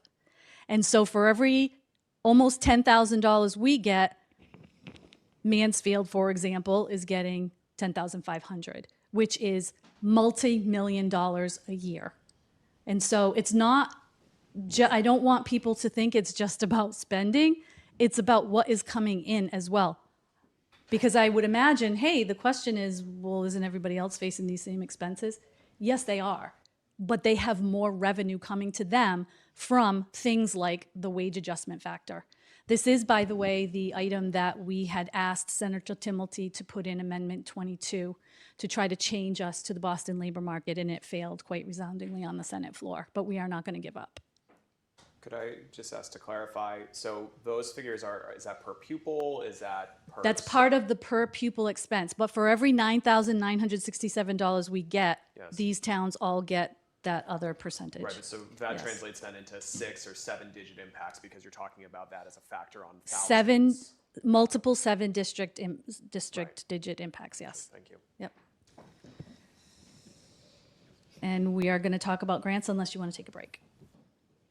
I think we can keep going. These are just our other funding sources other than operating. Good evening, everyone. I'm Chrissy Pruitt. I'm the Assistant Superintendent. Thank you so much for having us.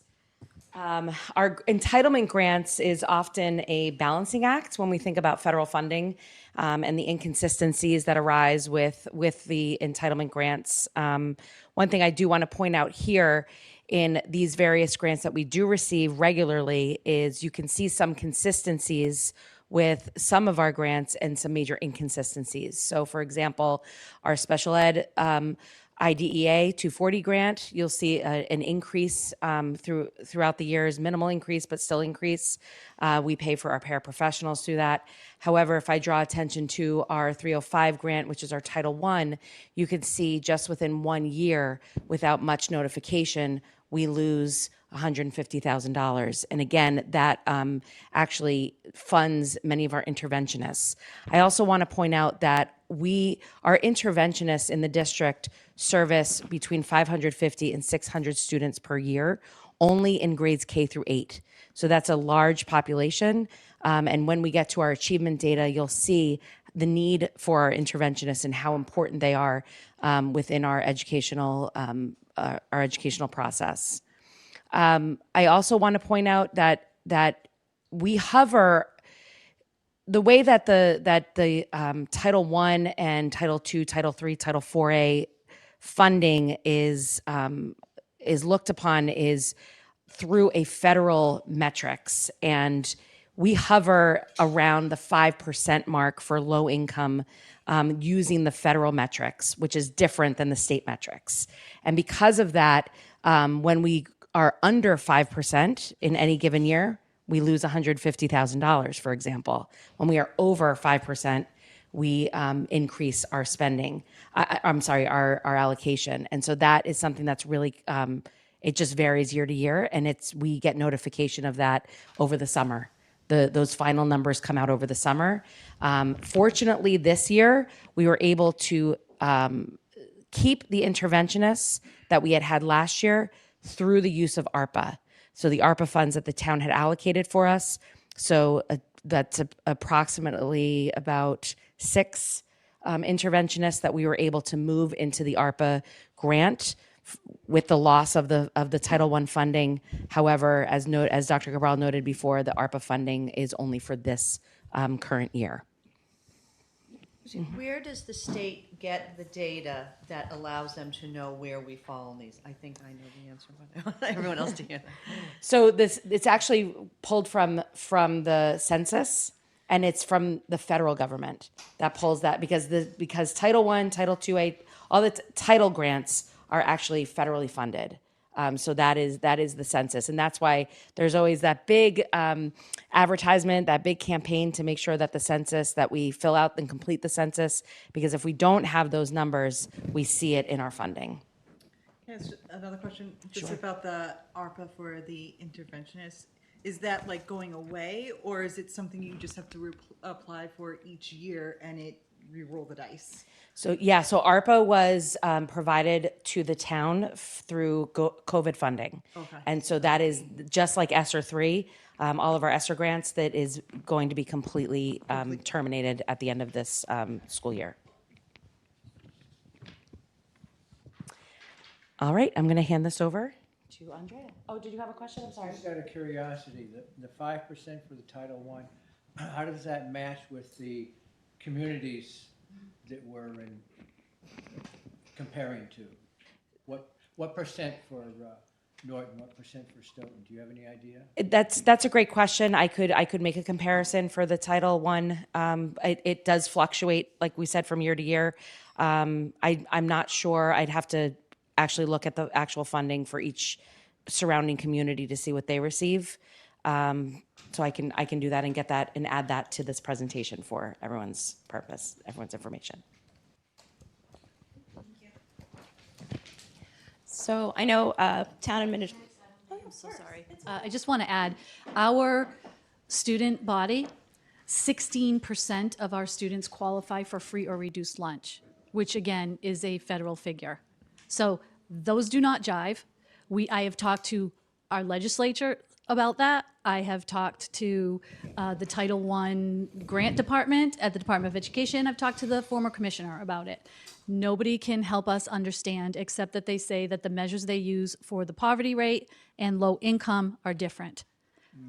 We have 16% of our kids that we need to pay for all of their activities fees, their lunch, their breakfast, because they financially do not qualify. And by that, we get a direct certification that informs us who they are. So that means that they are taking advantage and clearly qualify for food stamps, energy assistance, and so on. So they are high needs. And the other group, the 5%, so you have poverty and As the grant, so this is speculation only, on your part. as they have a certain bucket of money for grants, they move it to the most needy of the needy. I just want to clarify that we don't have a 5% need rate in Easton. We have at least a 16% rate because we have a lot of proud families that are on the border that will not report or ask for assistance. And so we have a great deal of need that we have to provide wraparound services for, including, helping kids get eyeglasses, helping them get hearing screenings and dental work and so forth. Just gonna hopefully save you some time because the goal is not to give you work if we can find it ourselves. But I did just look up state of Massachusetts Title I Part A. No expert, but we get about $138,000. The average across all of the communities is $688,000, and it's really heavily. Sorry, we get $138,000. The average across all of Massachusetts for communities is $688,000. But for context, that's heavily impacted by Boston, who gets 42 million, 43 million. Springfield that gets 26 million. Worcester gets 14.7 million. Fall River 8. So you can see the big players get a tremendous amount of funding. We get about 138,000. So hopefully you don't have to do homework. And that's just a good example of, I'll just give another plug. So in the PASE website at the bottom is DESE website, where you can go and see the DART index. You can go and see radar. Haven't figured that all out yet, but it looks pretty cool. But meaning you can go and take any comparison against any communities that you want to. And I would just ask you to do the homework and bring it back to the team if you found something cool. Like, hey, I used the same subset 74 that Connor created at one point and applied it to DART, and this is what I got, and wow, it tells this story. Doesn't mean that DART doesn't apply, but my point is there are tons of resources to go hunt and fish, and we can get our information for ourselves as well. And even there's a lot of information even on the district profile through DESE. I use it all the time, even though it's nothing that needs specialized instruction on how to use that website. But you can look up any community.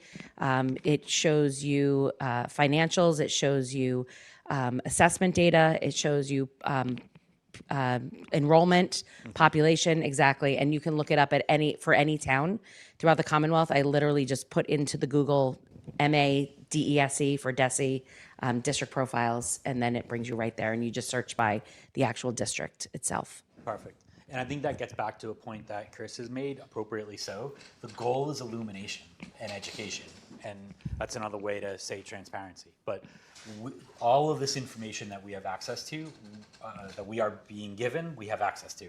So just keep fishing, keep hunting, keep asking. It's exactly what this body is designed to do, which is to shed light on the current circumstances. So there's a lot of cool info out there. I just have one other follow-up question, which is, you said census, federal census, but that's infrequent. That's every 10 years. So is it an estimated association from there? Yes, it's every. The census is once every 10 years, right. But they do estimate, what it would be throughout the 10-year process. And not in advance, so we never know what it's going to be. Right. And we asked for how they do that so that we can predict, right. And they said that they don't have that in advance and they can't give it to us. So we literally cannot predict that. We find out in usually August, after we voted on a town budget in May, for school that's starting in September. Thank you. Okay, so as Town Administrator Reed and Dr. Cabral had hinted at or talked about earlier, our revolving funds, these are the top 5 as far as the current balances that we hold. So we had talked about what a revolving fund actually is. So it is a specific fund, it's outside of general fund or operating budget, where the revenues that are coming into the fund are directly correlated with the expenditures. So we have to spend the revenues down for specific expenses related to the different areas that the revolving fund was actually created for. So for special education, we currently have about $573,000 within that fund. We do currently have 2 employees that are allocated to that fund, so recurring costs of about $140,000. Should we need to tap into that fund in additional fiscal years, one pre-K section is estimated to cost us about $165,000. So as you can imagine, we can quickly expend those funds within just a matter of 2 or 3 fiscal years. So we are cognizant of this as we develop the budget each year for what employees we're placing in those revolving funds. As far as kindergarten goes, we are no longer receiving revenues because we're no longer charging, but there's $247,000 in that fund. Should we need to fund additional staffing out of this revolving fund in the future, one kindergarten section is estimated to cost $95,000 in staffing costs. We also have athletic revolving funds. The revenues that are going into these funds are related to gate receipts, so tickets sales for some of our games, and then also student activity fees. So the students that actually participate in the sports are paying a fee to pay for overhead costs for that particular sport. In no way, shape, or form are those fees covering the costs of the actual program. We're running at a deficit currently for some of our programs within the revolving fund. So slowly over time, if we do not raise those fees, we will spend this dollar amount down that's in that athletic revolving fund. And some of the costs that are coming out of this fund are transportation related, athletic department software, sporting goods, etc. We also are keeping in mind that we do have a large capital expenditure coming up circa 2029 to replace the Moscato Field. Our next account is our facilities revolving account, and that currently has $364,000 in that account. The revenue source for that are facility rentals across our campus. So athletic related rentals for our fields, different programs that use our different spaces throughout the school, auditorium rental, etc. And the different expenses that are coming out of this facility rental are related to repairs throughout the district. We have equipment needs from time to time. The overtime that is actually paid when we do have custodians working some of those specific events for those rentals, and our building maintenance software. We also are keeping in mind that within our capital budget, we do not have recurring facilities maintenance costs accounted for over the next 3 years in order to ensure that we have funding for our security project and technology. So if we have an unforeseen need, we expect that we could quickly spend down this facilities revolving account. And then last but not least, our school lunch revolving account, which has $353,000. The revenue sources for this are our federal funding and our state funding for our school lunch program. And currently, we have 7.5 employees that are allocated to this fund, which are our Easton Public Schools food service employees. That $233,000, why I'm saying EPS only, is because we also have operating expenses that are coming out of this fund related to our food service management contract. And we do have staffing through that contract as well. And an example, we do have capital improvement needs from time to time for that school lunch revolving program. An example, back in fiscal year 23, we spent $171,000 out of this account to fund those improvements. And then if you recall, as related to the state funding source for the free school lunch program, every single year, we're waiting to find out if there were appropriations for the actual school lunch program. I know the information that's out there says that this is a free, basically free lunch for all, which it is, but it's subject to appropriation. So each year, as we're looking at the costs for the district for the school lunch program, we are keeping in mind that at any given time, if it is not fully funded, we will still have to pay the cost of the program to run our breakfast and lunch program. So right now, what we worked with our third-party food service management company, for this school year, we actually had a projection. If there was not free school lunch and breakfast, we would run a deficit for the operating budget of the school lunch program of $295,000. If you look at that balance of $353,000, we could easily eat away at that in a given school year if that particular year is actually not funded by the state for that program. So I just wanted to highlight the different balances we have out there and the fact that we're really cognizant of the careful use of the revolving funds to help supplement our any given fiscal year operating budget on an ongoing basis. Can you tell me what the current student activity fees are? Last time it was increased, and just a little bit about that. Yes, so right now I believe, and I don't want to misspeak, I believe the fees are ranging anywhere from $150 to $250, depending on whether it's a music program or athletic related program that we're bringing in, and there's different tiers within those programs. But we are evaluating that with our athletic director and our department chair for music to put forth a proposal to school committee to potentially increase those fees. So I just wanted to make you guys aware that we are looking at those fees. And that 150 to 250 was, or has been consistent for the last few years? Yes, I don't know the exact year for the last time that the fee was raised, but we are looking at that to increase those fees going forward. I think maybe 2019 is sticking in my head. I think it was pre-COVID, but I think I was on the committee. Yeah, so that'd be 2019. This has been about, Do you 5 compare years. those to surrounding communities? Yes, we do have comparable data, so we're just making sure that we're falling in somewhere within a reasonable range for what we're charging. But we also consider, we're working with our director of DEIA as well with an equity lens for what the rates are that we would be charging, because we also don't want to prohibit students from participating in different activities across the district. I also feel like it doesn't that we have to look at whether it gives us the bang for the buck. Like if you took that number and you raised it by 10%, that's not going to close the budget gap. No, it's not, But it's not really at all. going to hurt a lot of families. So I feel like that's a trade-off that we have to be looking at. Like, Yes, definitely. We are carefully considering all of that before we bring forth a proposal to school committee to raise those fees. So forgive me for a rudimentary question. You say what is 150 to 200, or is that?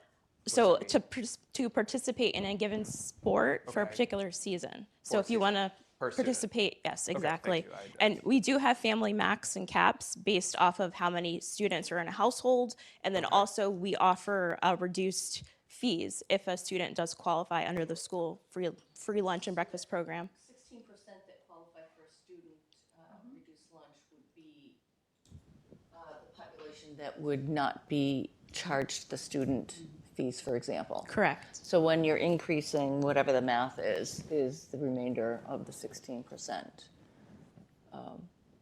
But it is a population that is taking advantage of a very specific opportunity. So if you're given a choice to lose that opportunity and maybe to pay slightly more, that might be the difference.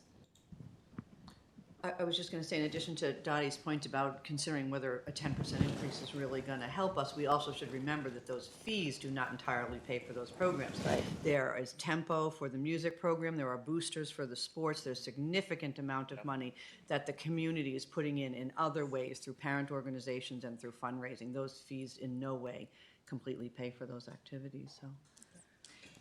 My question just goes to like the free school breakfast and lunch. With the projected like potential loss of over 200, is that because we would want to maintain free lunch, or we would go back to the pay, like the students pay as they go, and it would just be the 16% that would qualify for the free lunch? Yes, exactly. It's back to normal. I'm not going to call it normal participation, but what it was pre-COVID. So students who are not marked as free or reduced would have to pay for their meals. I also believe that there is reduced participation in the program as far as purchasing their lunches. So then, of course, if students are purchasing less, we have less meals that count as reimbursable as far as what state funds we would qualify for too. So it's kind of a catch-22 when we go back to paying for each meal. I just wanted to clarify that. Thank you. Are there any other questions before I move on to the next slide? Okay, thank you. So I want to highlight, Dr. Cabral did mention earlier, as far as our fiscal year 25 capital requests and what the next 5 years look like. Once again, we are dedicating, and the town has allowed us as well, as far as what we've put forward for a request for a security system upgrade, where we are focusing on our schools, Oliver Ames, Easton Middle School, and Richardson Olmsted, to make sure security systems are upgraded to be on par with our new school, Blanche Ames. And then for technology, a standard allocation of $200,000 in order to maintain some of our equipment and our one-to-one Chromebooks, but that no way, shape, or form covers all of our technology needs across the district. I believe historically we had included about $250,000 in requests. That was not covering all of our needs, but we're putting forward a request with the notion that we want to focus on that security system upgrade. If I could draw your attention to the 5-year capital projections on the right-hand side, as you see fiscal year 25, fiscal year 26, and fiscal year 27, like I said, we're focusing on security upgrades and technological needs. But then when we move into fiscal year 28 and 29, we hope to ensure that we have some of our capital maintenance needs met within our requests for RO, OA, and EMS, and some standard equipment. We've historically included some dollar amounts for furniture replacements as we see fit. But just keeping in mind when we talk about the revolving funds, once again, if something does come up from a maintenance perspective, we could easily be looking at a $100,000 request, $200,000 request, and wiping out that facility rental account. Okay, thank you very much. I'm going to turn it over to Assistant Superintendent Pruitt. Thank you. So this here is, over the years, we've implemented numerous cost-saving measures, and this is just a sampling of some that we have brainstormed in the process of creating the slideshow. There are many more. From optimizing special ed programs, you can see streamlining technology platforms, centralizing printing. We've made real strategic decisions to reduce costs while maintaining high-quality services. We've also adjusted fees, as was pointed out, utilized partnerships, and implemented energy-saving initiatives. Our focus on internal professional development and efficiency in purchasing processes ensures that we maximize resources while minimizing unnecessary expenses. We really remain committed to exploring additional ways to save and ensure long-term sustainability in our district. And I want to point out, too, that many of these costs are, I keep going back to the picture at the beginning of the presentation of the pie graph of that smaller portion that are not salaries, right? And so these are all the measures that we are taking to reduce and save in that portion of the pie. So you'll often hear around central office and throughout the schools the term unfunded mandates and underfunded mandates, because this is a reality in our world in education. We have each year, the school department faces numerous unfunded mandates from both the Massachusetts Department of Elementary and Secondary Education, which we refer to as DESE, as well as the U.S. Department of Education. And it requires compliance without additional financial support. So these mandates come with many annual deliverables that we need to provide, which add pressures to already tight budgets. On top of that, the Massachusetts Department of Elementary and Secondary Education puts out a superintendent's checklist with an additional 120 mandates, compliance-related required actions each year. These regulations aim to improve education, but they often strain our resources drastically, and we must meet these expectations without additional funding. This year in particular, well, this year and last year, we are really fortunate to have our Director of Diversity, Equity, Inclusion, and Accessibility, Carol Perez, on our team, as she has been able to look at this. She has a law background, which is really helpful. And she is really wonderful at helping us really navigate through the legalities of many of these compliance issues, and has been able to guide us and look through our reports as we report to the state and federal governments. I also want to point out that she, in particular, is in charge of bullying throughout the district. And there has been a new bullying unfunded mandate that requires a lot of paperwork that needs to be filled out as well. The bullying report alone, so whenever a parent or a student says that their child is being bullied, the bullying report alone is 6 to 8 pages that an administrator has to stop what they're doing and obviously for obvious reasons, fill out that report. And Director Perez has been wonderful at helping guide our staff through that, because we want to make sure that the laws are being met and that we are really making sure that we are following what the mandates are requesting and requiring of us. Many of them are tied to legal action. Do you want to add in?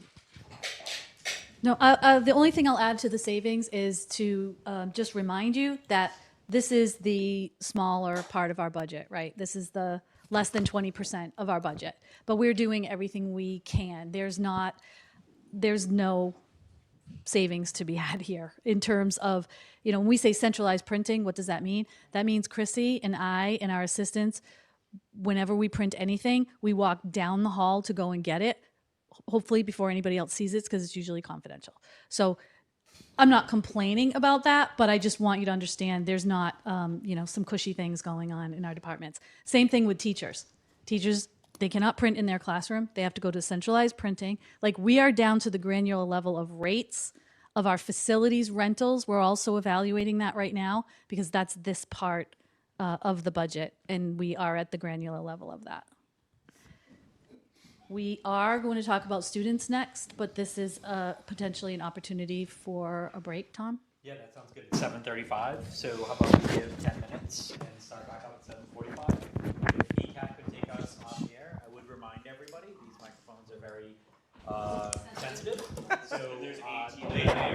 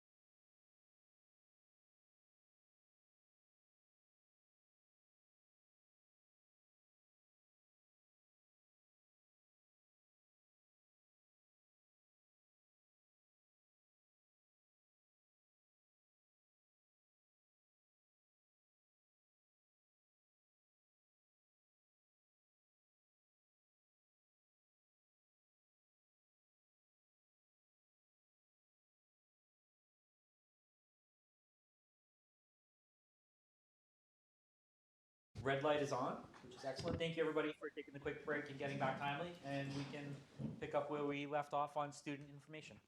Can I ask one savings question before we jump to student information? Solar panels on BA, I know it was listed on there as like a soon. Do we have a time frame for that yet? Or is that just sort of, that was a knowing look? Did I? Never mind, guys. Oh, no, we are working on that as quickly as we can. It has to line up, obviously, with the school year, but there's also shifting regulatory That's what I was gonna considerations from both a state and federal perspective. I think I vaguely recall our energy expert talking to me about that before going to finance committee and me saying, I don't think anyone's going to ask about the overlap between these regulatory schema, and then you did, and that was fun. But we are working through a pilot program with National Grid to try and make sure that there's a way for us to get there. Okay. Thank you. I figured it would come up. Thank you, sir. Please. Okay, thank you so much. So this next part of the presentation is we're going to look at our student information. We're going to start off looking at our multilingual learner requirements and that population. You'll hear a few terms that are kind of synonymous in the sense. Multilingual learner is a term that we are moving towards as a state. We in Easton are mostly using that term because having a child that speaks multiple language is really an asset, and multilingual learner is really looking at a child from an asset-based perspective rather than a deficit, where English learner tends to have a deficit perspective. However, with that being said, you will hear the terms English learner, you'll hear the term English language learner, and you'll hear the term EL teacher. Those are all kind of around this population. There are many laws and acts and that govern how we educate our multilingual learners. I have had the privilege in some of my coursework towards getting my doctorate in really diving into these laws and a lot of the acts, really to see how we can do better for the students that we serve. This is, Massachusetts is definitely at the leading edge of how to educate our students that speak multiple languages. So these are some of the laws. You can feel free to look them up and dive into them. There's a lot of research around them. There was one that's not on here because the Look Act took over for it, was the UNTS initiative back in the 90s. That was adopted in Massachusetts, which made students in Massachusetts, multilingual learners in Massachusetts, they had to be fully in English language, in English classes. The Look Act kind of counters that, but it's some great research. I'm kind of I won't get into that now during this presentation, but it is great. Yeah, it is really great research to look into and to see some of what's out there for us to look at. So with that in mind, the Massachusetts Department of Elementary and Secondary Education do have specific guidance on how much service we should be providing our multilingual learners. What happens is our multilingual learners are categorized through a test called the Access Test, and it tests a student's proficiency level.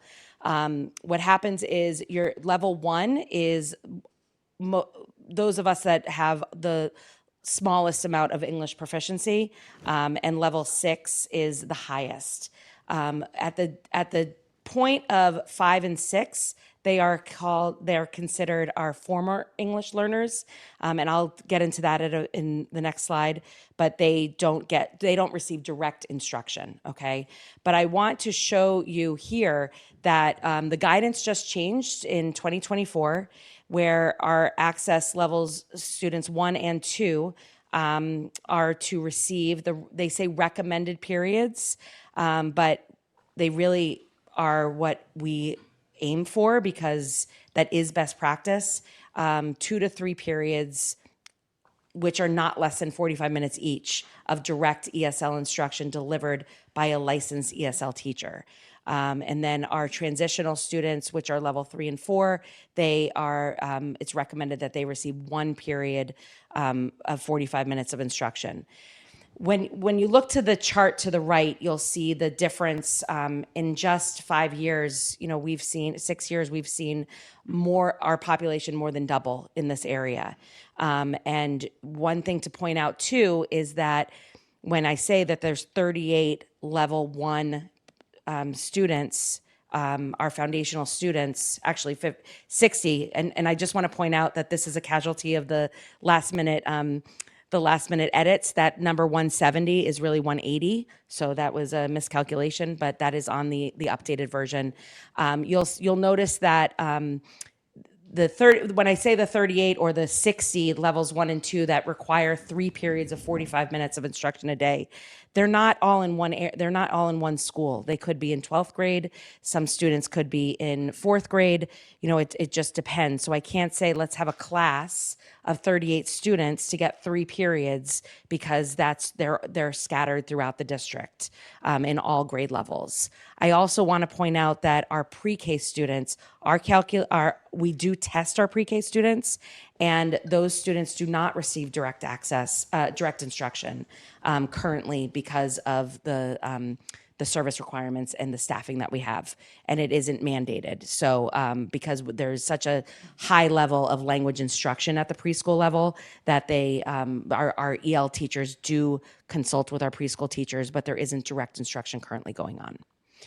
If you go to the next slide, one of the things that we did calculate is our current number of students that do receive direct instruction, of how many required hours per year each student should be receiving. So for our levels 1 and 2, you'll see per year they should be receiving 405 hours of direct instruction, and then 135 for our levels 3 and 4. You'll see the calculation of the population that we currently have, that they should be receiving 33,480 hours of direct service a year. We have 6 teachers throughout the district to fill this. Is that dedicated to English language? Dedicated to EL students, but across all 4 schools. And I do have the breakdown at each school. However, sometimes it gets very identifiable, so that's why I'm not sharing it out today. But we do have that, and we do look at where our populations and where the biggest needs are.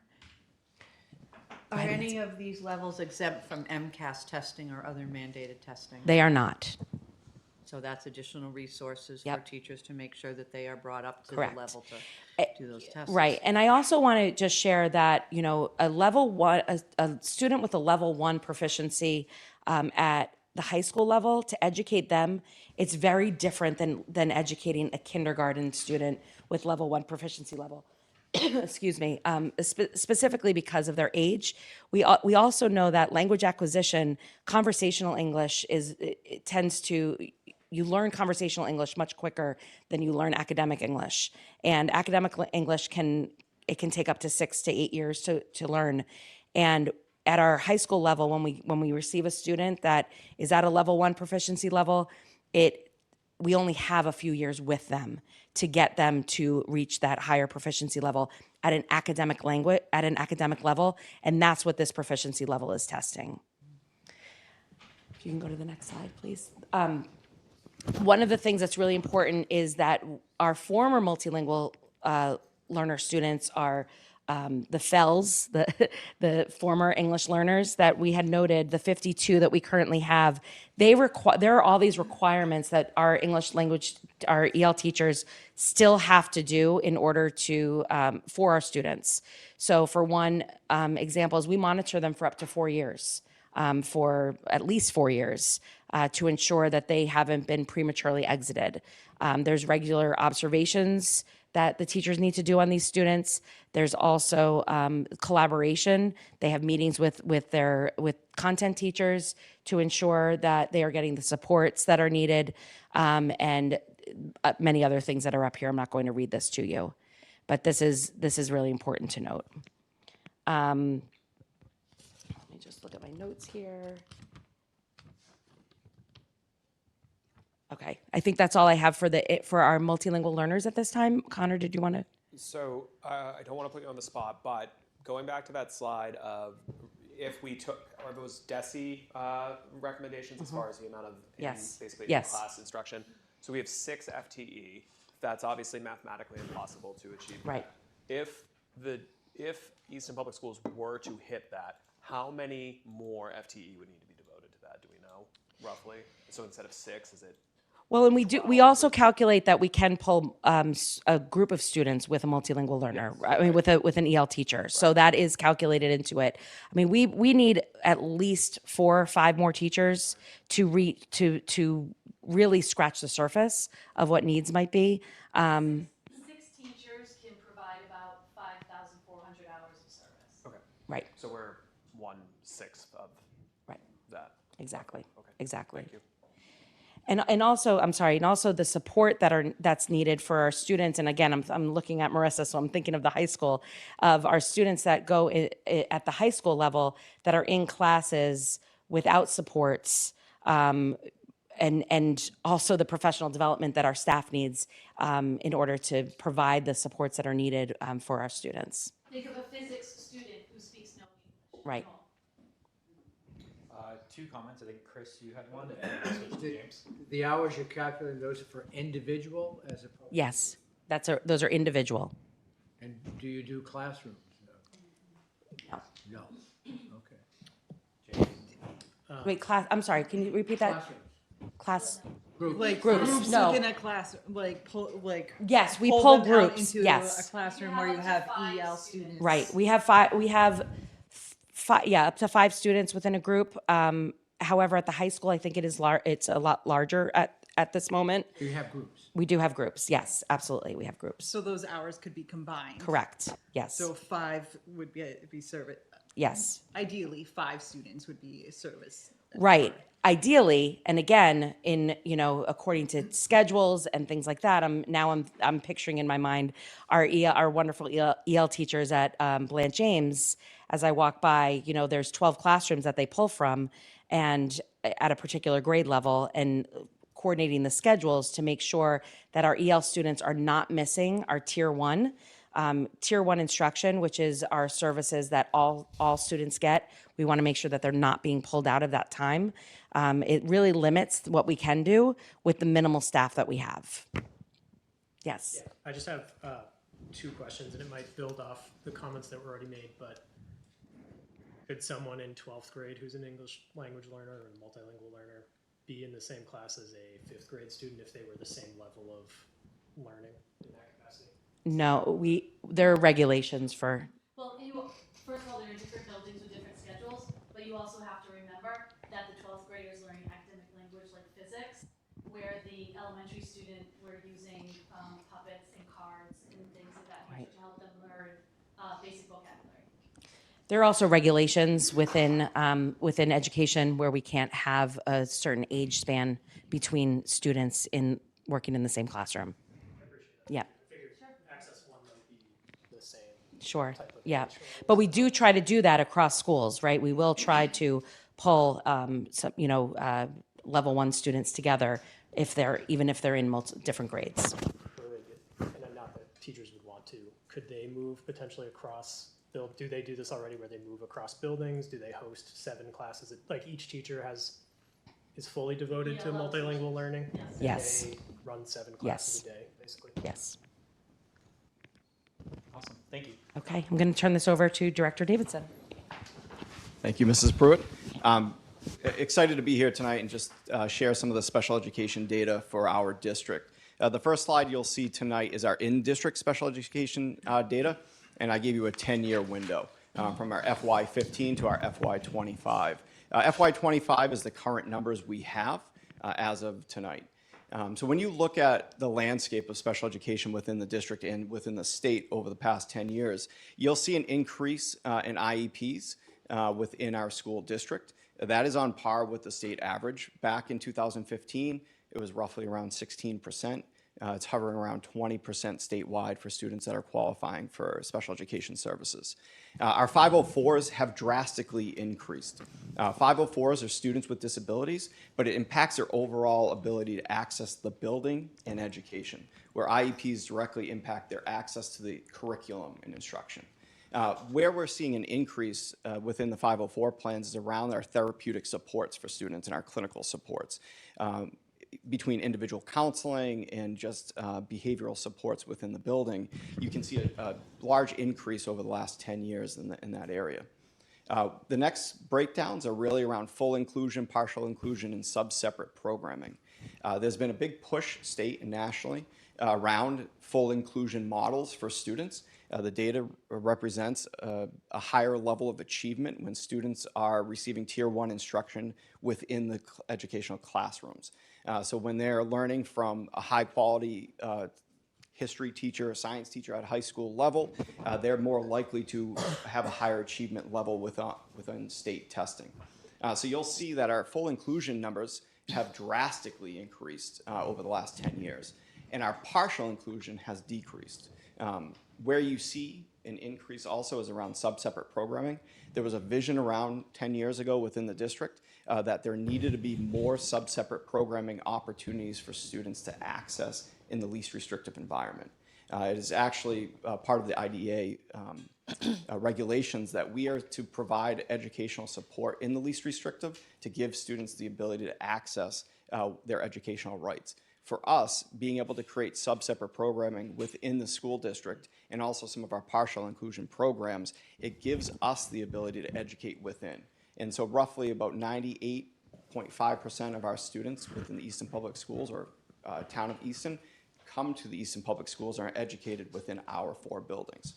Can you define sub-separate for those of us Of who course. aren't in the know? It's a student that that actually participates in their educational day 60% of the time outside of a general education classroom. Students in a partial inclusion are students that could access our programming. They access the programming at a higher rate than 21% of the educational day. So they're receiving direct instruction in secret services where they are in small groups outside of the general education classroom. Where this is important is when we start talking about the cost for educating a student, and this is going to tie directly in with our out-of-district costs. You'll see, before we get to that point, there was a big change from 2015 to 2025 in the way we transported students within the district that need specialized transportation. There's an asterisk next to the 2015 numbers. That number represented transportation costs that we were in charge of. Internally. So we had our own staff driving vans. We were in charge of repairs. We were in charge of gas for those vans, and so on. You'll see an increase to $463,000 over the last 10 years. We now resource out. Now, if you think about how much the landscape of costs have changed over the last 10 years, that's not a large increase, and you'll see that in the out-of-district costs of how much it's costing to transport students. I broke down a number for you. Our students that are accessing our programming in the least restrictive environment right now, and that cost per student within the district is around $39,600. Where that number comes from is all of our program teachers, our program paraprofessionals, our ABA techs, our BCBAs, our speech and language pathologists, OTs, PTs, clinical staff members that support kids in sub-separate programs and partial inclusion programs. Where that is important is that the students not only are accessing the least restrictive environment, but they're around their peers. They're around the same students that they see around town, they see at the grocery store, and they're able to access our buildings. And it takes a specific level of support within those buildings to provide that education, but you'll see what the costs are for students that are not able to access those supports within our buildings. Next slide. We thought it was very important to share our pre-K numbers, and I know this question came up earlier. There's state regulations around preschool classrooms. If you have a sub-separate classroom, those are students that would access that within one teacher and multiple paras, and only 9 students can be in that classroom. Where our full inclusion model preschool, right now we have 9 sections of that. We have 2 half-day programs, so that's 4 of our sections. The rest are full-day programs. Students qualify based on the level of need for those programs. You'll see the August 1st numbers. We put August 1st because, as Connor mentioned earlier, it gets a little bit larger towards the end of the year, but it's very important to share those numbers. And you'll see the growth from 2019 through 25. The reason for that is, in the state of Massachusetts, we are responsible for educating students with disabilities starting at the age of 3. There's no way you can close your doors to any student that qualifies for special education services at that time. Where we are a full inclusive model is that we have to have classrooms that operate with 8 peers, typically developing individuals, and no more than 7 students on IEPs.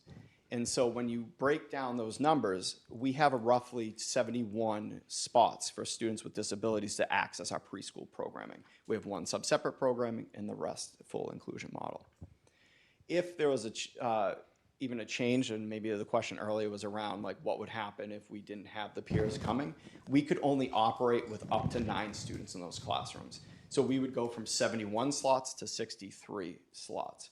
If we are currently at 60 students in our preschool that are students with disabilities and are on IEPs. And so if we ever reverse that number, you can see the growth from August 1st to July 1st of the next year. You can see how many students join us during the year. We currently have a wait list for our peers. We have 12 open slots right now for students with disabilities. If you look at those numbers, our growth has been larger than that every year. And so that's why when Dr. Cabral was talking about how we would access revenue in our revolving accounts to be able to provide another section of preschool, that's why. We would look at it right now as potentially needing another preschool classroom by the end of the year. We thought it would be a cost saving entering this year, and if we have to add a section based on the numbers, we could do that eventually down the road. Any questions around preschool enrollment? Okay. Out of district numbers, as I said, about 10 years ago, the district really focused on creating internal programs to meet the ever-changing needs of our students. Where you see the largest change is how many students were out of district in FY15. We had 51 students out of district. All right. This year, we have 32 currently. The out-of-district tuition cost range, I took where we had one of our students going in the lowest number and where we had one of our students attending at the highest number and created a range for you to see today. If you look back at 15, we were between 34,000 as our low point and 182 as our high point. There's been a drastic change in out-of-district costs over the last 10 years.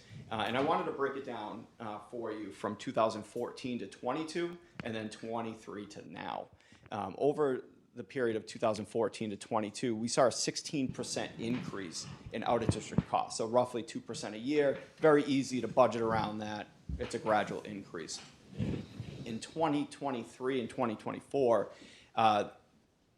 we got slammed with a 14% increase. What that means is out-of-district placements that are 766 schools that can access state funding was able to raise their tuitions by 14% with no pushback from the state.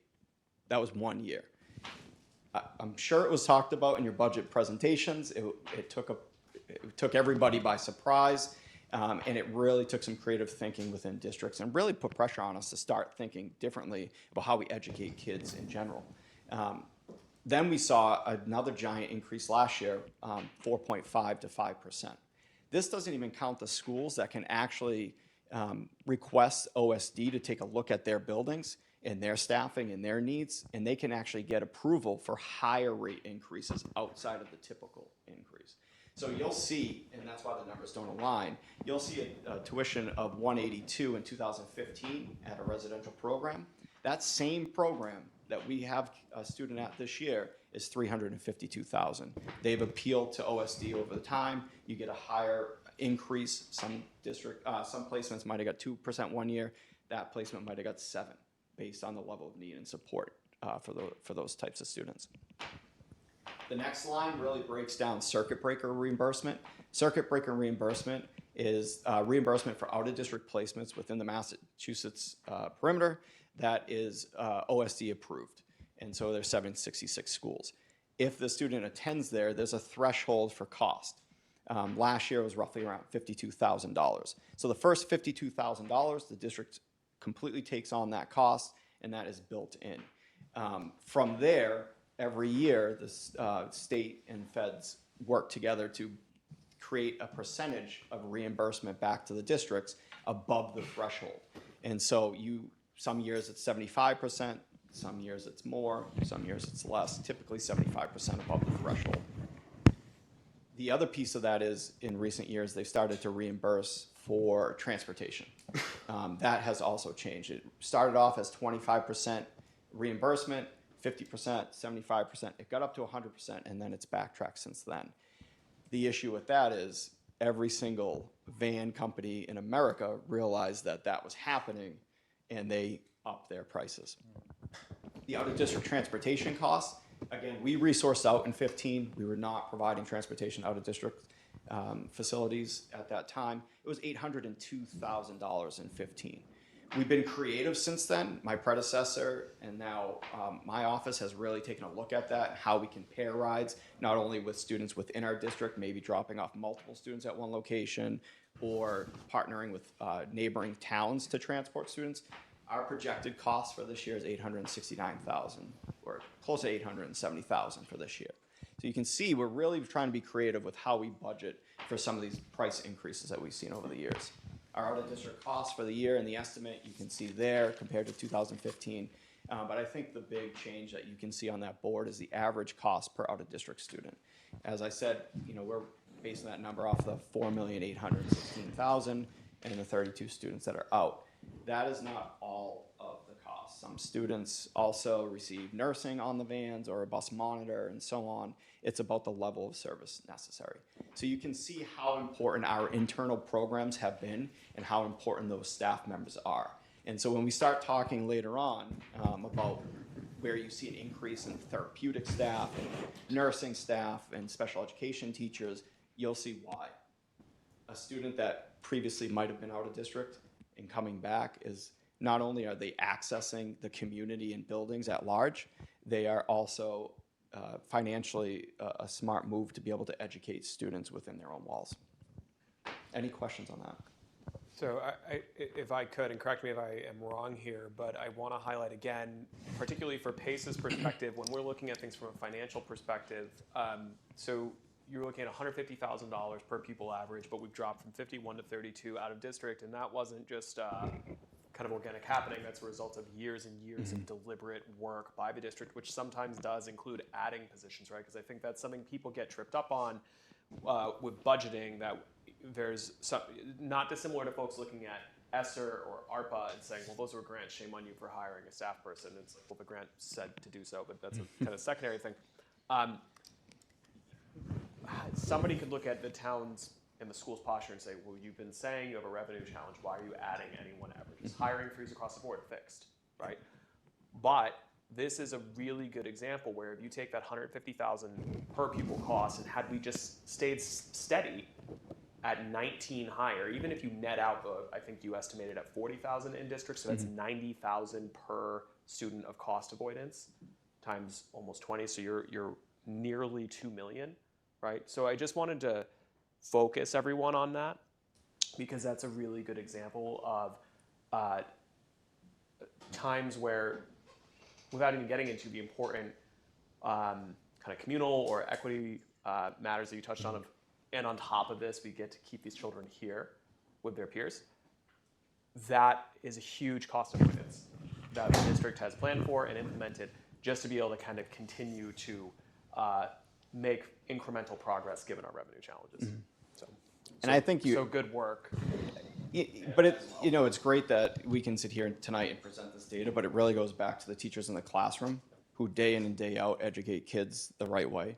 And being able to do that and provide those services necessary and be able to provide the growth that those students and families are looking for, and creating an atmosphere and an environment for them to thrive in is really what's behind it.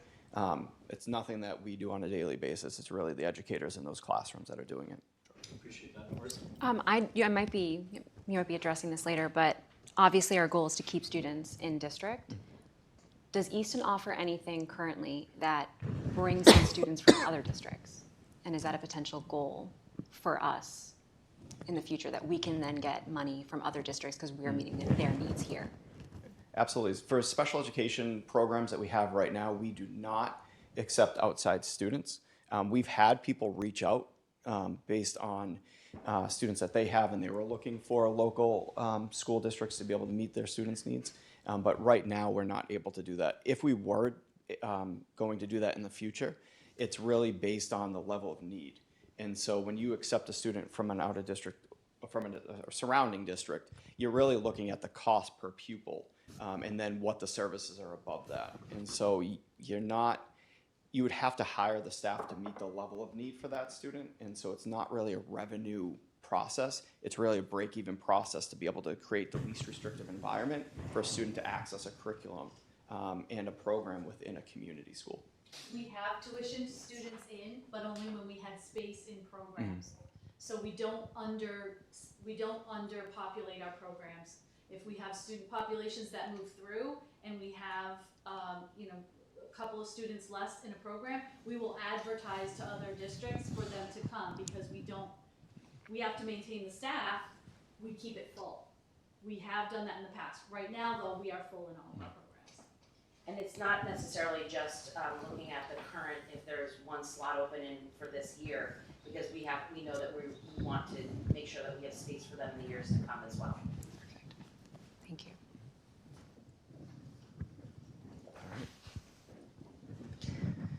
Quick question. Is the circuit breaker consistent even though we're a minimum aid community? So it's proportional to, it's a percentage to minimal aid? The percentage is not consistent. I'm sorry, is that what you asked? Is the circuit breaker applicable through 351 communities, or are we at a different rate because we're a minimum aid? Nope, it's flat across the board. And then you'll see the last slide that I'll present tonight is really our special services revenue. And when you look at it, our SPED revolving accounts from FY15 to FY24 is really around preschool tuition. And you'll see how much we've taken in over those or each year. And that's really based on the enrollment in preschool. Circuit breaker, you see that change. I mentioned that earlier. Around the 240 IDA grants. The 240 grant is based on the number of students on IEPs within your school district.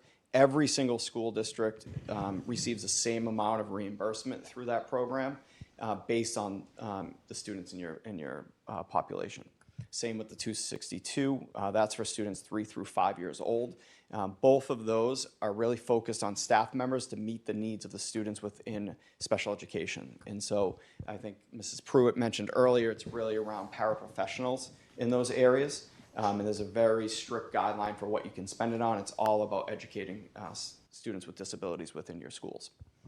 The 274 improvement grant is a very important grant to see on here. I've now been a director for 7 years, and we've only been able to access this grant twice in the districts I've worked in. It's not an every year grant. This time around, it was focused just on the new IEP rollout. Previously, it was creating a program back in 2015. It was about creating a program within your district that would meet needs of students, but I've only seen it twice over the last 7 years. So it is something that comes and goes, so it's not guaranteed money within the district. So you'll see our total revenues for those for 2015 and 24. On the right, I want to focus on some more revenue opportunities within the town. You'll see from 2020 through 2025, Medicaid revenues that went back to the town was $996,000. The important piece of the Medicaid process is that students that qualified for Medicaid reimbursement are seen by specific staff members within our buildings. The revenue that comes from that are based on clinical notes that the staff members write on those students and provide direct services to those students, and the reimbursement comes back for the Medicaid. The piece that's important here is to note that those numbers can increase over time. The issue is we have to focus as a school district on providing the direct services to the students. So we're capped off on how many students we can actually write the clinical notes on based on the needs of our caseloads. If we increase the staff members within our buildings, we would be able to create a higher level of Medicaid reimbursement to the town, but it's all a balancing act depending on what the direct services are at that time for students. So roughly you'll see OTs, PTs, therapeutic staff and school nurses as the major people that can focus on Medicaid reimbursement. But without more staff members, we can't increase the amount of clinical notes they're providing back to Medicaid. McKinney-Vento reimbursement has been about $140,000 over that time period. We actually partnered and came to a finance committee meeting, I believe last year, Dr. Cabral and I did, and we signed up for another additional reimbursement opportunity through the McKinney-Vento and partnered with the state on it. So we'll start seeing more revenue on that. That is coming out of our operating budget. And so students that are homeless or in DCF custody have the right to be educated in the district that they reside in or did at the time that they were removed from their homes. And so we work within our operating budget to make sure that we're meeting the needs of those students. The reimbursement piece from that process goes back to the town. And Connor does his magical work of being able to balance the budget with the reimbursements that come in. And then the opioid settlement that came back to the town was $665,000 over that time. And I know that that has been creatively used in the past to meet the needs of the ever-changing budgets in town. And Before we go on to student achievement, one of the questions that we received was, can you talk about student achievement, but also are you satisfied with student achievement? And so Mrs. Pruitt's going to talk about that. I am taking the opportunity to orient you that we have gone through 7 pages of 6 slides each, and we have 3 left.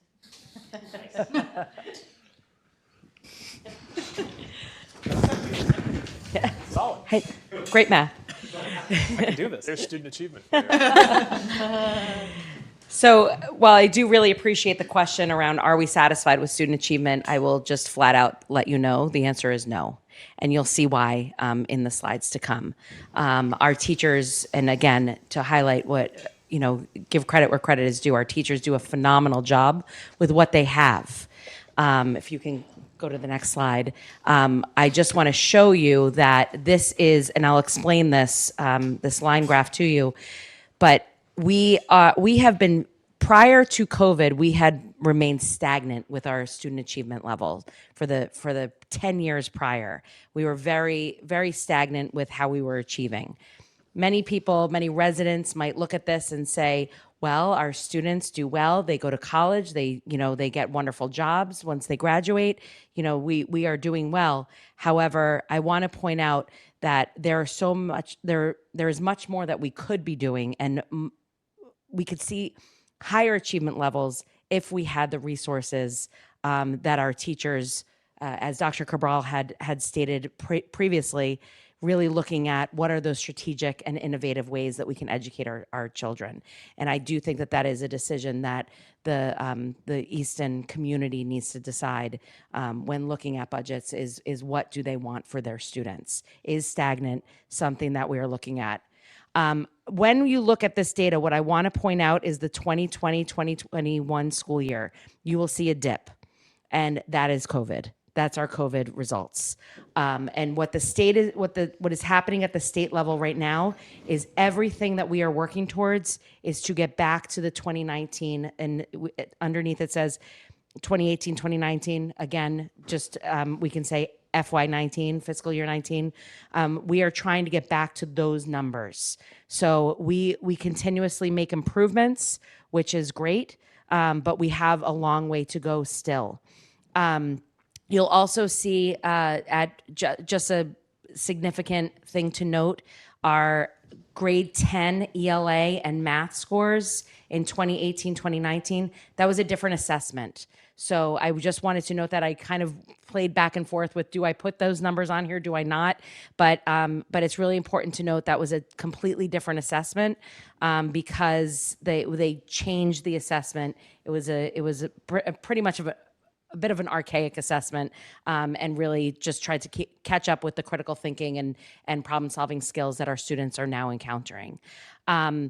And you'll also note on the bottom axis that there is not a 2019-2020 school year in this data, and that is because we did not test. The MCAS was not given because of COVID.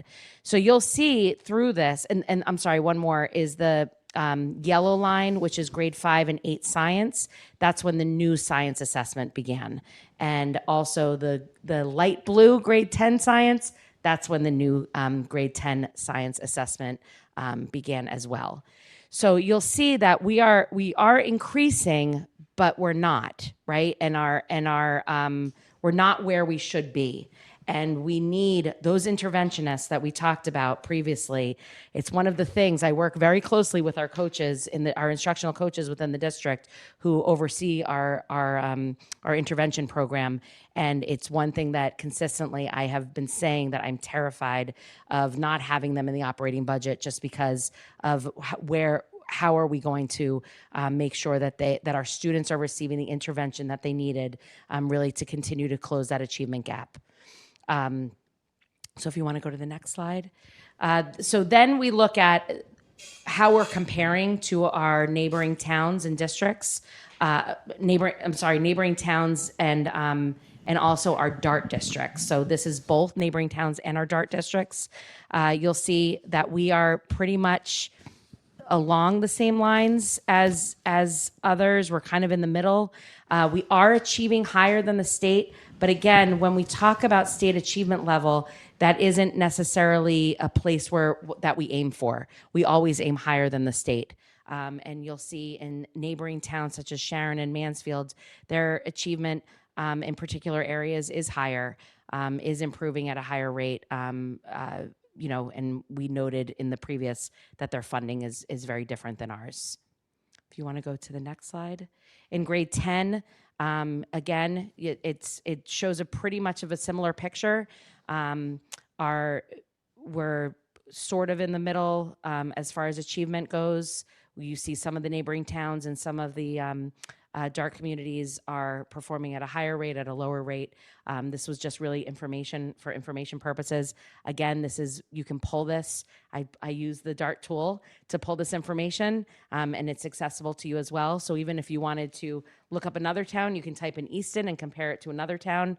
It's a great resource for anyone. Chrissy, just a question. Sure. So Easton math, red, looks to be about 70, close to 75. Yep. I just want to make sure I'm reading it.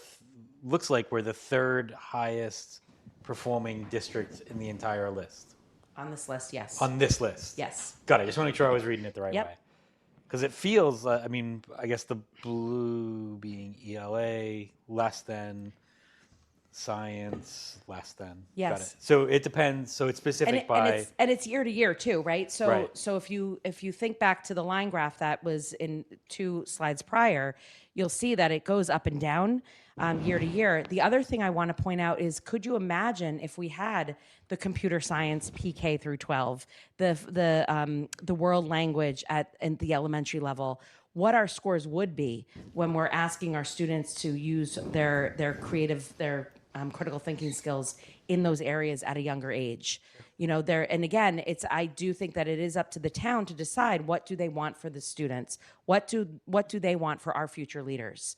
I'll tell you what I want, but again, it's essentially what the taxpayers want to provide in what the funding would be for that. Sure. There's no question that we are a high achieving district, and that's because of the professionals that we hire when we compare ourselves to other districts. When we look at our own longitudinal data, we are stagnant. We know, because of the capacity of our students and the capacity of our staff, that we should be going through the stratosphere. Sure. So there's 2 different comparisons. Yep. To our neighboring districts, to ourselves. Yep. And this is our overall students, right? And Director Perez is going to get into some additional data that separates out our student populations. Thank you. It's on?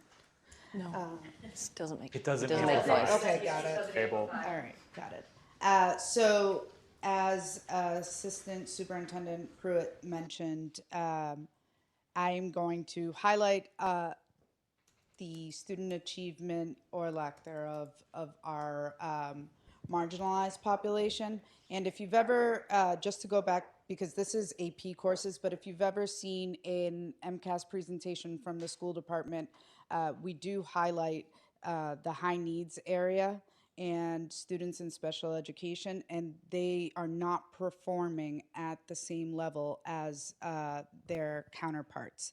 And in this slide, we are highlighting that our marginalized population is not being recommended or taking the advanced placement courses, with the exception of the Asian population, at the same rate as their white student counterparts. Can I ask a question about that Yep. previous slide? Is that percentage of groups or Yes, is it percentage. number? Okay. Percentage.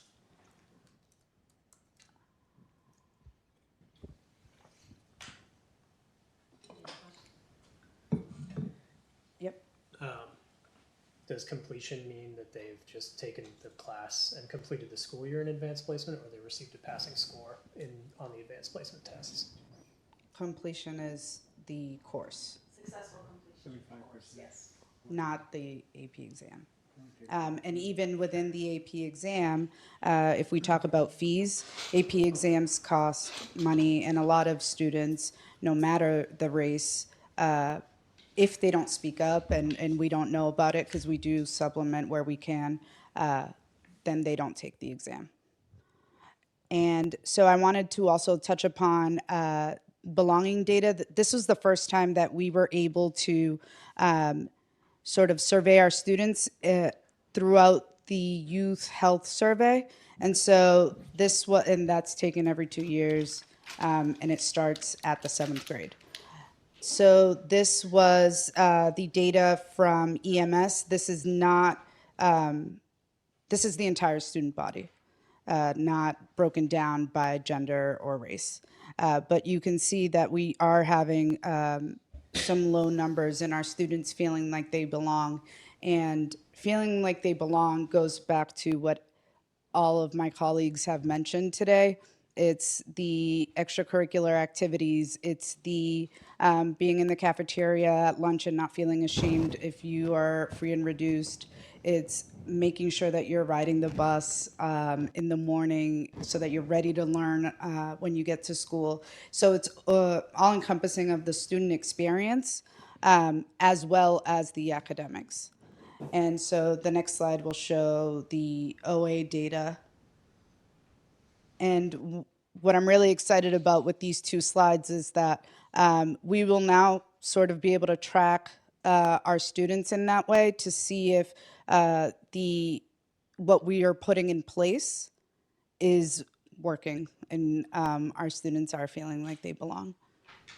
And then I think the last thing on my end is, again, with the last minute, we forgot to add the slide of the migrant population. That was one of the questions. And so I want to touch on that, and then I will add it to the final draft. We were not an EA or emergency assistance district that hosted the shelters, but we do have a lot of surrounding districts that did. That said, we cannot, by federal law and state law, ask an immigration status of a student when they register. So I do not have a definitive answer because we don't. But also, what I can say is that this year we have had a lot of new move-ins that are considered doubled up. And so that means that they've filled out an affidavit saying that they are living with whomever is the Easton resident. And for the purposes of DESE and the purposes of the federal government, they're considered McKinney-Vento. And you've also heard all of us talk about McKinney-Vento in a different department. That involves so much resources for each and every student, where the level of need, I don't think we know yet. So that's going to require, because the question also asked, what is the future prediction? And I don't think we know, because Easton was sort of late to the game. We weren't an EA. And as of August 2024, the governor did stop the EAs. So I can predict that there's sort of a moving population within those EAs, and it's just going to take a lot of partnering with our municipal departments like health to support all of our students. So the question on migrancy was related to whether or not it was consuming Easton's resources. Is it safe to say, if it was, I don't know if it was, but I think it's safe to say they would show up in the headcount of pupils? And what we have seen is that pupil growth is occurring largely, to paraphrase, more because of Blanche Ames than it is regarding any change in migrant status. Is that Correct. a fair takeaway? Correct. But yes, but the question was, do we have migrant students? And the answer is, I can't. Maybe. We can't answer that. Understood. Yeah. But I think what we can say is safely that the order of magnitude is not such that it is materially impacting our financial and fiscal performance and our ability to execute our curriculum, at least not via the numbers that we're seeing and the growth in the pre-K to attributable pre-K through 2, I think it is, through Blanche Ames. Yep. That's what's leading our growth in our district. But Yeah. our overall enrollment across the whole district is still down considerably, Correct. even Correct. though our population has increased Correct. significantly over the years. So, Correct. whatever that number is, seems like it's negligible, Correct. Correct. Right. Connor, you. No, I just wanted to add some context without getting into, of course, identifying information that the EA program, folks may hear about this on the news, and that's kind of one of those things where, you can use as proxy as because Easton does not have an emergency assistance shelter that's contracted with the state, that would be a relatively de minimis issue. Not to say it's not important, but it's a very different context in a community with a large hotel with a state contract for emergency assistance sheltering.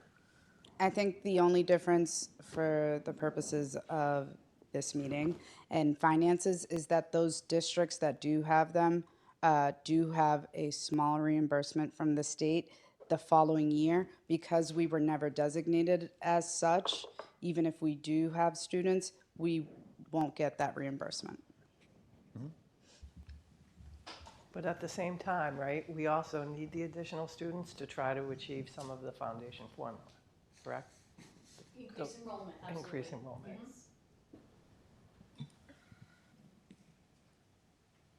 Thank you. So there was questions around staffing that we wanted to take this opportunity to answer. One in particular was around the student-to-teacher ratio. And so in front of you here on this slide, you'll see that we have a comparison chart for you of the student-to-teacher ratio from the towns that we have mentioned before, our neighboring towns and our DART towns. So you'll see that Easton has a student-to-teacher ratio, PK to 12.8 to students to one teacher. You'll see the minimum, the smallest student-to-teacher ratio is in Marshfield. Yep, 11.3. And then the highest student-to-teacher ratio is, that's supposed to be North Andover, sorry about that. That's 13.3 to 1. So we're, again, about in the middle range. We're actually on the higher end of this range. Yes, we're on the high, we're, besides Grafton, which is the same as us, there are 2 others that are higher than us, that have the higher student-to-teacher ratio. Tied for third highest. Yes, thank you. Lower the better in this scenario. For the Yes, lower the better, yes. However, while that says that we are high, you'll see the line that we have shown here where we have decreased the student-to-teacher ratio over the past 10 years. So that's really important to note, is that we continue to strive to do that. And we are showing progress in that area.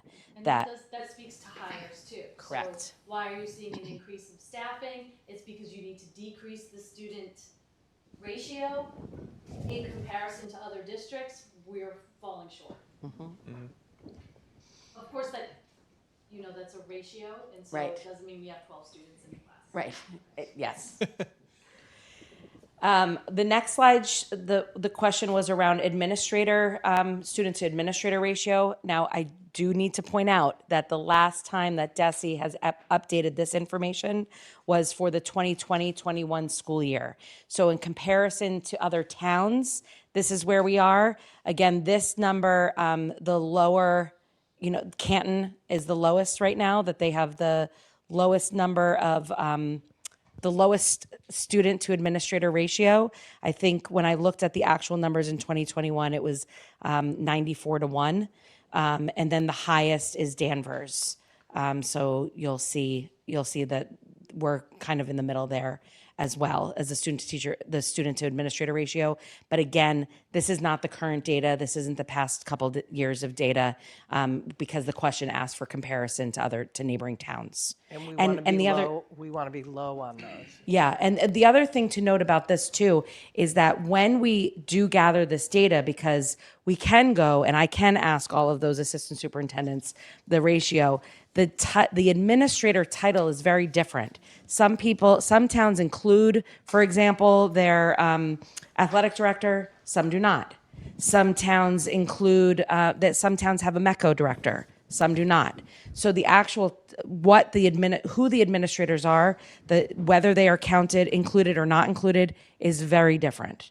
So that's just something to note, especially in this particular student to administrator ratio, because it is a much smaller number of total number of staff throughout the district rather than naming teachers. Connor? So if I appreciate that, because similar to the town data sets are usually a couple years behind, but Right.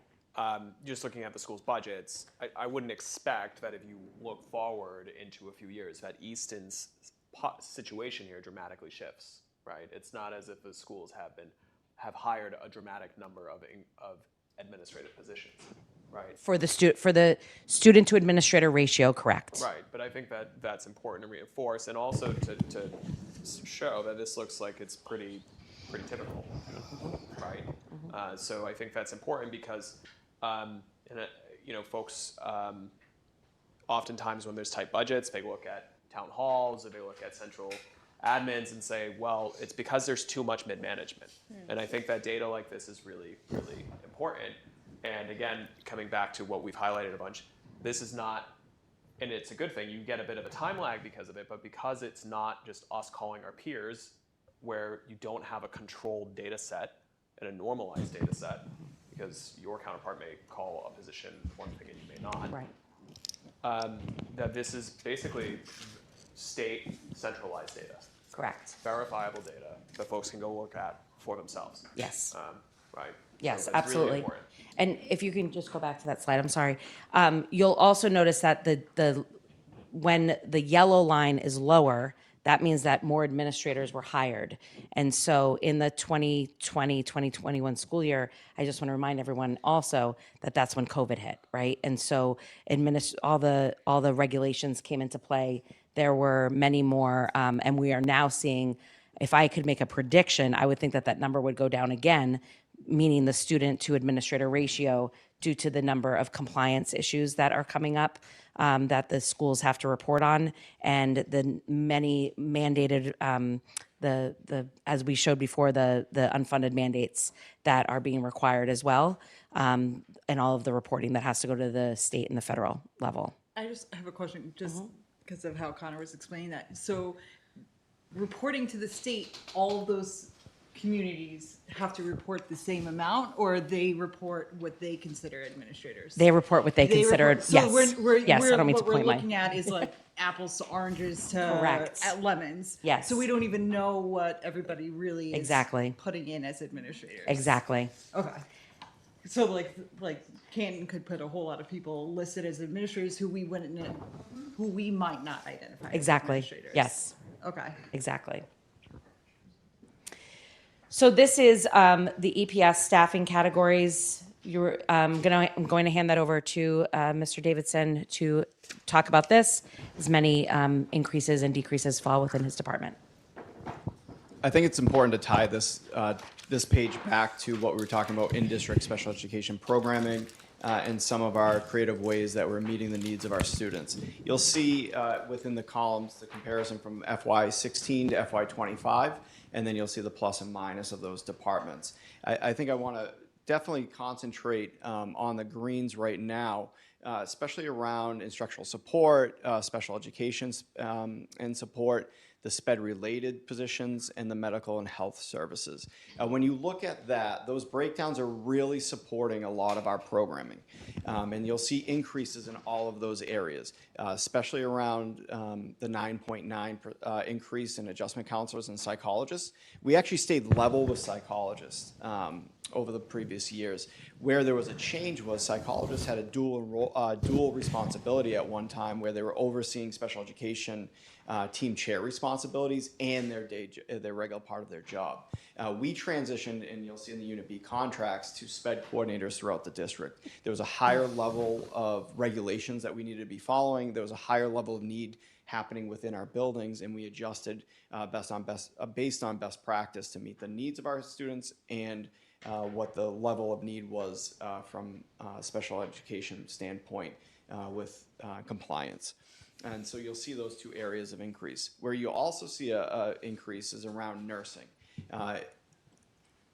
Around the nation, it's appropriate to have 500 students to each nurse that you have within a building. As we consolidate our 3 elementary schools, we saw a need to start adding support within our elementary level. We had 2 nurses at the high school. We were out of, not compliance, but out of recommended regulations within our middle school and Richardson Olmsted. And so we increased our nursing services in those 2 buildings also. Are there, for compliance purposes, are there fines or any teeth in those compliances, or is it suggested minimums? It's a recommended for best service. Okay. 500 students to each nurse. And so for us, the one thing that we're able to improve upon is also subs, right? And so when you have 2 in a building, you don't always have to sub out to replace 1 nurse. There's creative ways to meet the needs of your students within the building. So that's one way we've been able to financially balance what we're looking at. We've also been able to, we also had a much higher rate of students with high-level medical needs within buildings over the last 5 years or so. And so anything from diabetes to feeding tubes and a high level of need from those students to be able to be supported from an RN level. So there's a need for that increase just within our buildings alone on that part of it, and then also best practice being within those ratios. Around the SPED-related increases, you'll see the 3.97. Really, the ABA therapists and the BCBAs within our district, those positions are really supporting a lot of our programming within the district, and those tie back into some of those out-of-district costs that we were looking at from 2015. So bringing those positions in, being able to meet the level of needs of our students, increasing the opportunities within our district. Up top, if we go back to that, you'll see central administrators and administrators in general within the district. You'll see a little bit of movement just between those top 2 categories within Unit A and central and school administrators. It's been pretty level for the most part over the last 10 years. You'll see the department change was really 1 position. You'll see central office was close to 1 position there too. The last point I want to make tonight is really around the paraprofessional positions. You see a large increase there in paraprofessionals within the district. Multiple reasons for that. Again, we're bringing students back into district that have a specific level of need and support required, and so positions are added to not only operate our programs, but also meet the needs of students in their inclusive environments. So if we're pushing students into the general education classrooms or having more inclusive opportunities, we need to be able to support them in the least restrictive environment and provide the services necessary in any level of class within our buildings. You'll also see it identified here with preschool and K. We have a paraprofessional in every single kindergarten class to meet the needs of our landscape right now. And so that is above and beyond some districts, but it's also what we see as best practice. So some districts will split a paraprofessional between 2 kindergarten classes.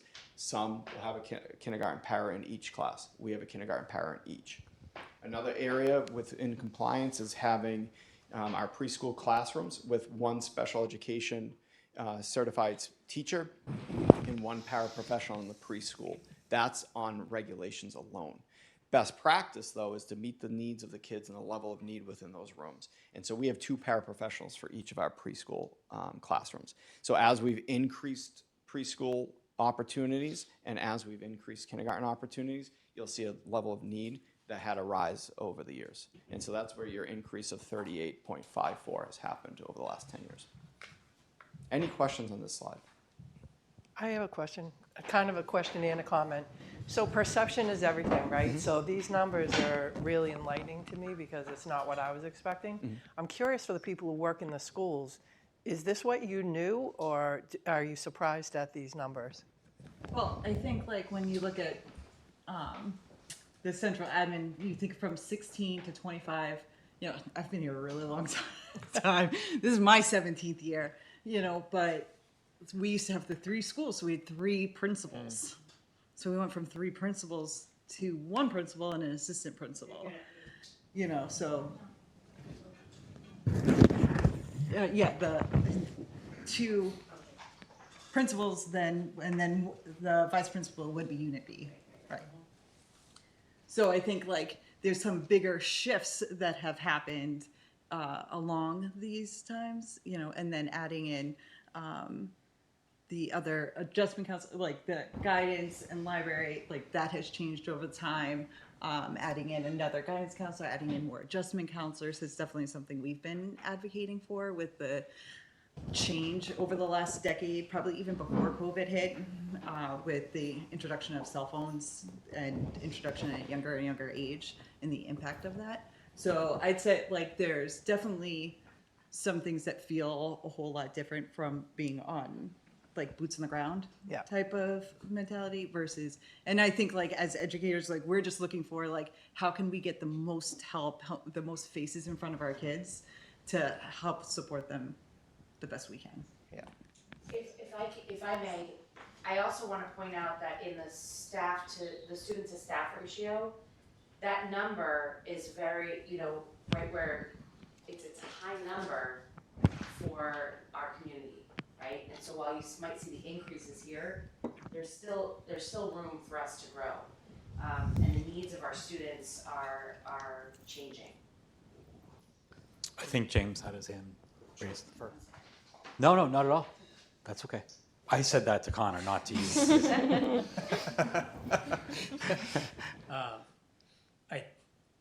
I was going to clarify, central and school admin means the principals that were previously at Murrow Hall, part of the 3 schools that have been closed. They've still remained on staff as principals, correct?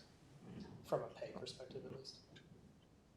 Because in the budget, it's 6 full-time FTE principals, but there are 4 schools. So I'm just trying to understand that from a budgeting perspective. On what budget? I believe it was fiscal 23, the last one where all the line items were available, or fiscal 24. That would have been because if it was fiscal year 23, that was before Blanche Ames was. Yeah, that was before. Right. Yeah, we also moved into Blanche Ames halfway during a school year.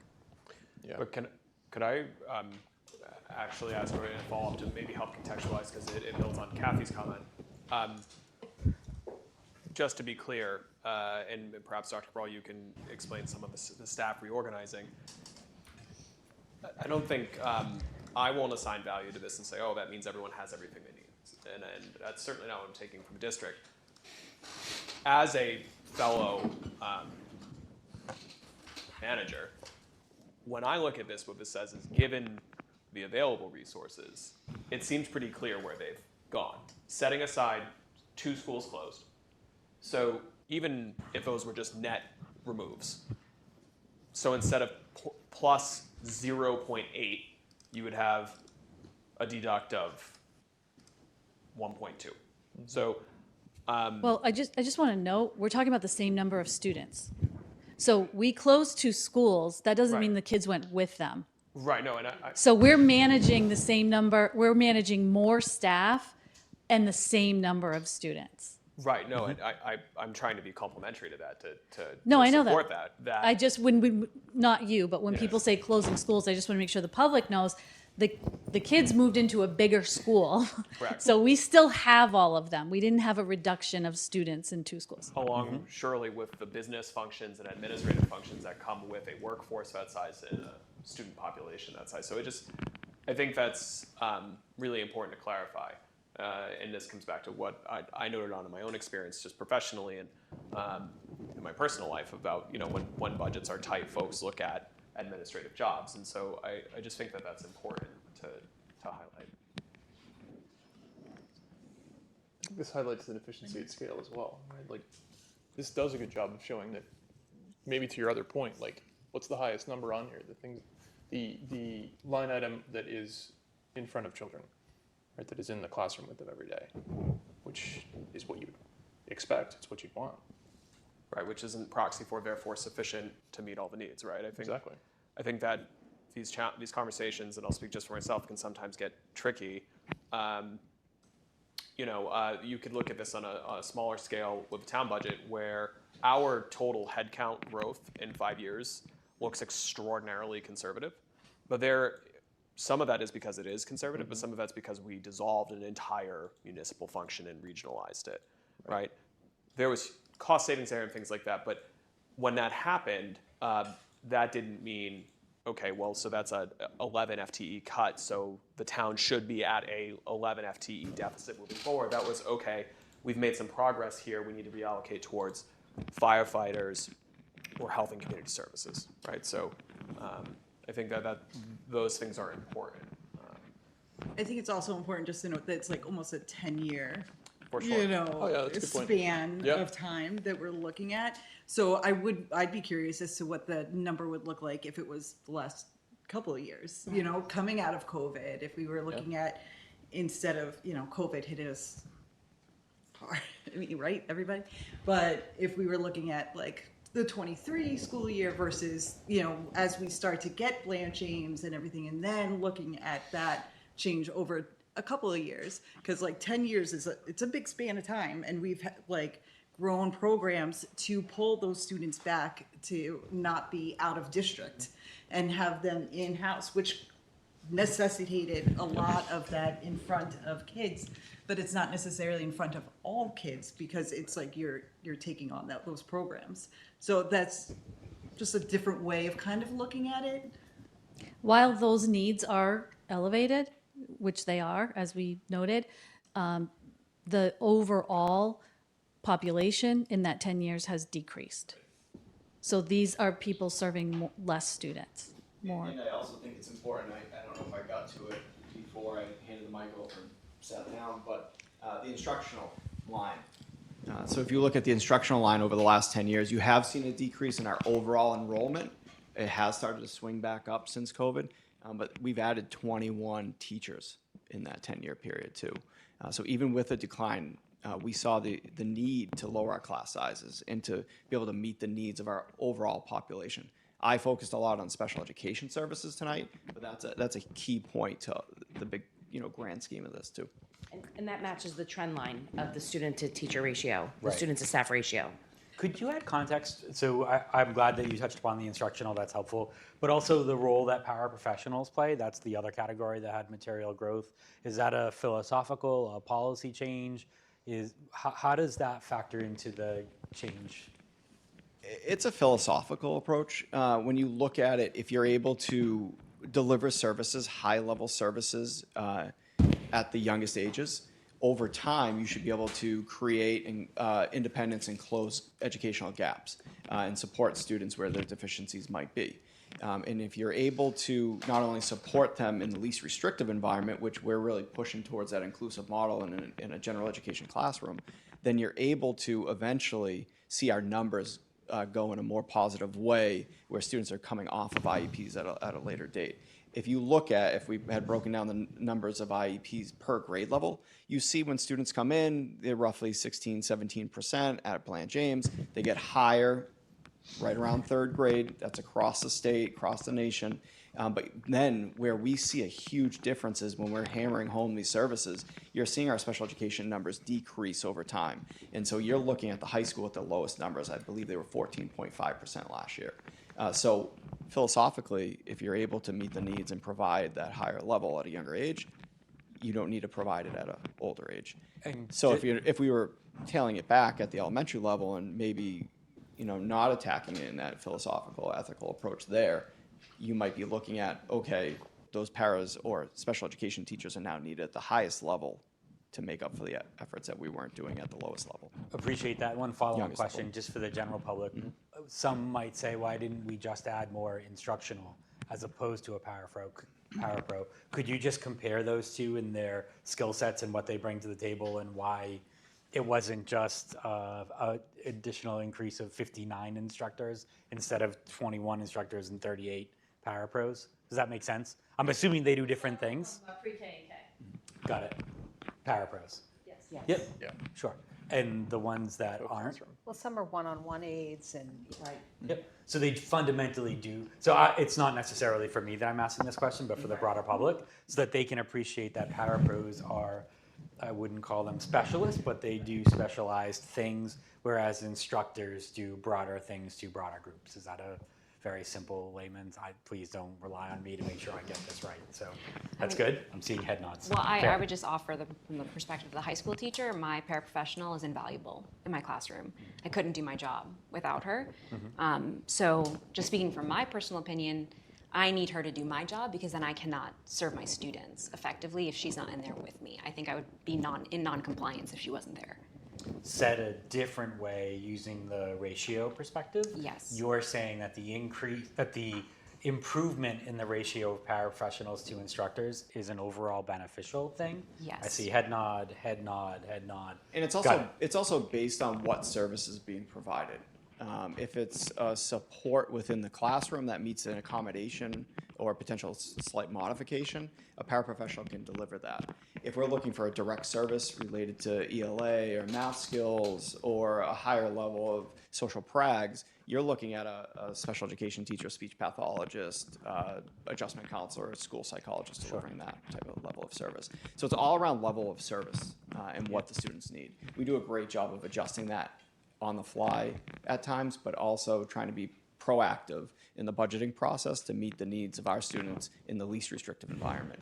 If we're providing the highest level of support at all times, we're not creating that independence for that student to leave us at graduation or 22 to be a valuable member of our community upon graduation. And part of the reason why I asked, just to add full context, is I do feel like we have a special sauce. I'm not sure what that is, but I think we get more from what we have for resources. I think the numbers somewhat bear that out. And so if there are things that we are doing that adds value to the different stakeholders, as a committee, we can raise that as an opportunity to say maybe that if we need to invest wisely, maybe there are areas that we're doing things right. I'm not saying this is one, I'm just trying to tease things out that have been clearly making us successful relative to the spend per pupil that we've been doing. I totally agree with that. And I'd also like to look at it like the out-of-district students that we've had. Like if we look back to Mr. Davidson's slide from, I forget what year you had taken it when we had dropped it by, 30, 40 kids. It's not that those kids don't exist anymore. We still have kids that have those needs, but because of the increases with the adjustment counselors, psychologists, therapists, we are able to keep them, that's where we're getting the cost savings, is because we're increasing that. So we're no longer sending them out of district, which comes at a benefit to not only us with the budget item, but also for the kids and their experience within the school settings. Yeah. James, I think you had your hand raised, am I wrong? Just And curious, Nancy? in the last decade or so, the net increase of central and school admin was 0.8, but I mean, haven't dug into the numbers, but DEI, HR, tech people, like what jobs I guess have retired or gone away from central school and admin, that there's only a net increase of 0.8 in the last 10 years? The increases to central admin, we had 2 reduction of principals. We have a curriculum director, and we have human resources and DEIA are the additional. So it took 2 out. So it's almost a wash. Yep. Yeah. You specifically mentioned the director of technology. That has always been a position in the district. So less two principals plus the HR and DEIA. Thank you. And director of curriculum. Was it plus? No, was it always there, right? Director of curriculum? Director of Technology. Shifted one of the principal positions became. Oh, became that, that's right. That was the wash That's part. right. Right, but one of the other principal positions was partly dedicated to MLL, right? So that was a 0.8, 0.2 Correct. split. So that's where you get that fractional I didn't know that. piece. Was that your question, I can't believe Nancy? that with a workforce that big, that you haven't had an HR person for that. For that period of time. 607 employees. Yep. Yep. And Nancy, did you? And oh, that's so what it sorry. was related to, just to, because I know people are curious about that, only one, and so thank you for just explaining those. I knew we were net down with two principals, but. Good. Right, thank you. Time check, we're at 9:10. I couldn't tell if you earlier said 3 sections of 7 slides, or you said 3 slides. 17 So, sections of 30 just slides. thought I would do a time check and a math count. We're on the last page. Last page, gotcha, great. We are answering all of your questions, so You shared are. ownership. You are. Maybe. I think. If there are any that are missing, we need you to let us know. We can tell you about them at the next meeting if you want, but we don't want to leave any out. Absolutely, appreciate that. Andrea? Thank you. So next slide, please. Next slide. Oh, there we go. Awesome. So this is to answer one of the questions that was provided on utility costs. I've only included fiscal year 24. As a reminder, we had a consolidation of our 3 elementary schools into 1 school in fiscal year 22 to 23. So if I do a look back, it's not going to be apples to apples. So I just decided I'm going to provide fiscal year 24. So this is an example of just one fiscal year across all different utilities for our campus. So gas, water, electricity, sewage, trash removal, telephone, and alarms, and our total cost. What I do want to touch upon, as Dr. Cabral mentioned, we've had the last winter and the winter prior have been mild winters. So we have baked in additional cost increase in our budget for fiscal year 25 that we hopefully will be able to meet the expectations within budget if we do have a more normal New England winter. So I want to move on to the next slide if there are no questions on this. We also had a question related to our maintenance costs for our campus. So this is a breakdown of what we paid in fiscal year 24, about $1.9 million across different areas, custodial services, our maintenance for our buildings, our grounds, our equipment, and our general upkeep of security. What I did want to bring to your attention, as Dr. Cabral had noted at the beginning of this meeting, was related to our DESI code or DESI chart of accounts. So on these last 2 slides, I've provided an example of the 4-digit code that we are using to identify our expenditures per DESI regulation. So the last 2 fiscal years, so fiscal year 25 and fiscal year 24, we did consolidate how we are presenting the budget line items. We have more than 700 expense lines in our accounting software system. DESI provides a little over 50 codes, so it is just a way to consolidate information, and we're presenting to a school committee as part of our quarterly budget updates in that same manner. DESI did have a chart of accounts update back in July of 2022. So just kind of framing that for fiscal year 22-23 when I came on, the first budget we set in that cycle is fiscal year 24. So it's really a consolidation effort just to present information in the same way we are required to report out to DESI on an annual basis for our school expenditures. I'm going to stop there to see if there's any questions on that. Okay. Awesome. Yep. At one meeting, you indicated that it was the town people who did some of the maintenance on the schools. That's correct. And so does the money go from the school to the town, or? So it depends on what it is. I think, correct like me a if I'm work wrong, Andre or Dr. Cabral, if you go back to that slide, that DESI reporting, just looking at if you look at maintenance of grounds or buildings, I assume that's related to perhaps direct spend of the schools on supplies, services, or you do also have in-house maintenance custodians. DPW has the buildings and grounds division, and their budget is substantially larger than that, so I assume that's not what's reported there. Right. We do not count anything that the DPW has in their budget. This is just our operating budget.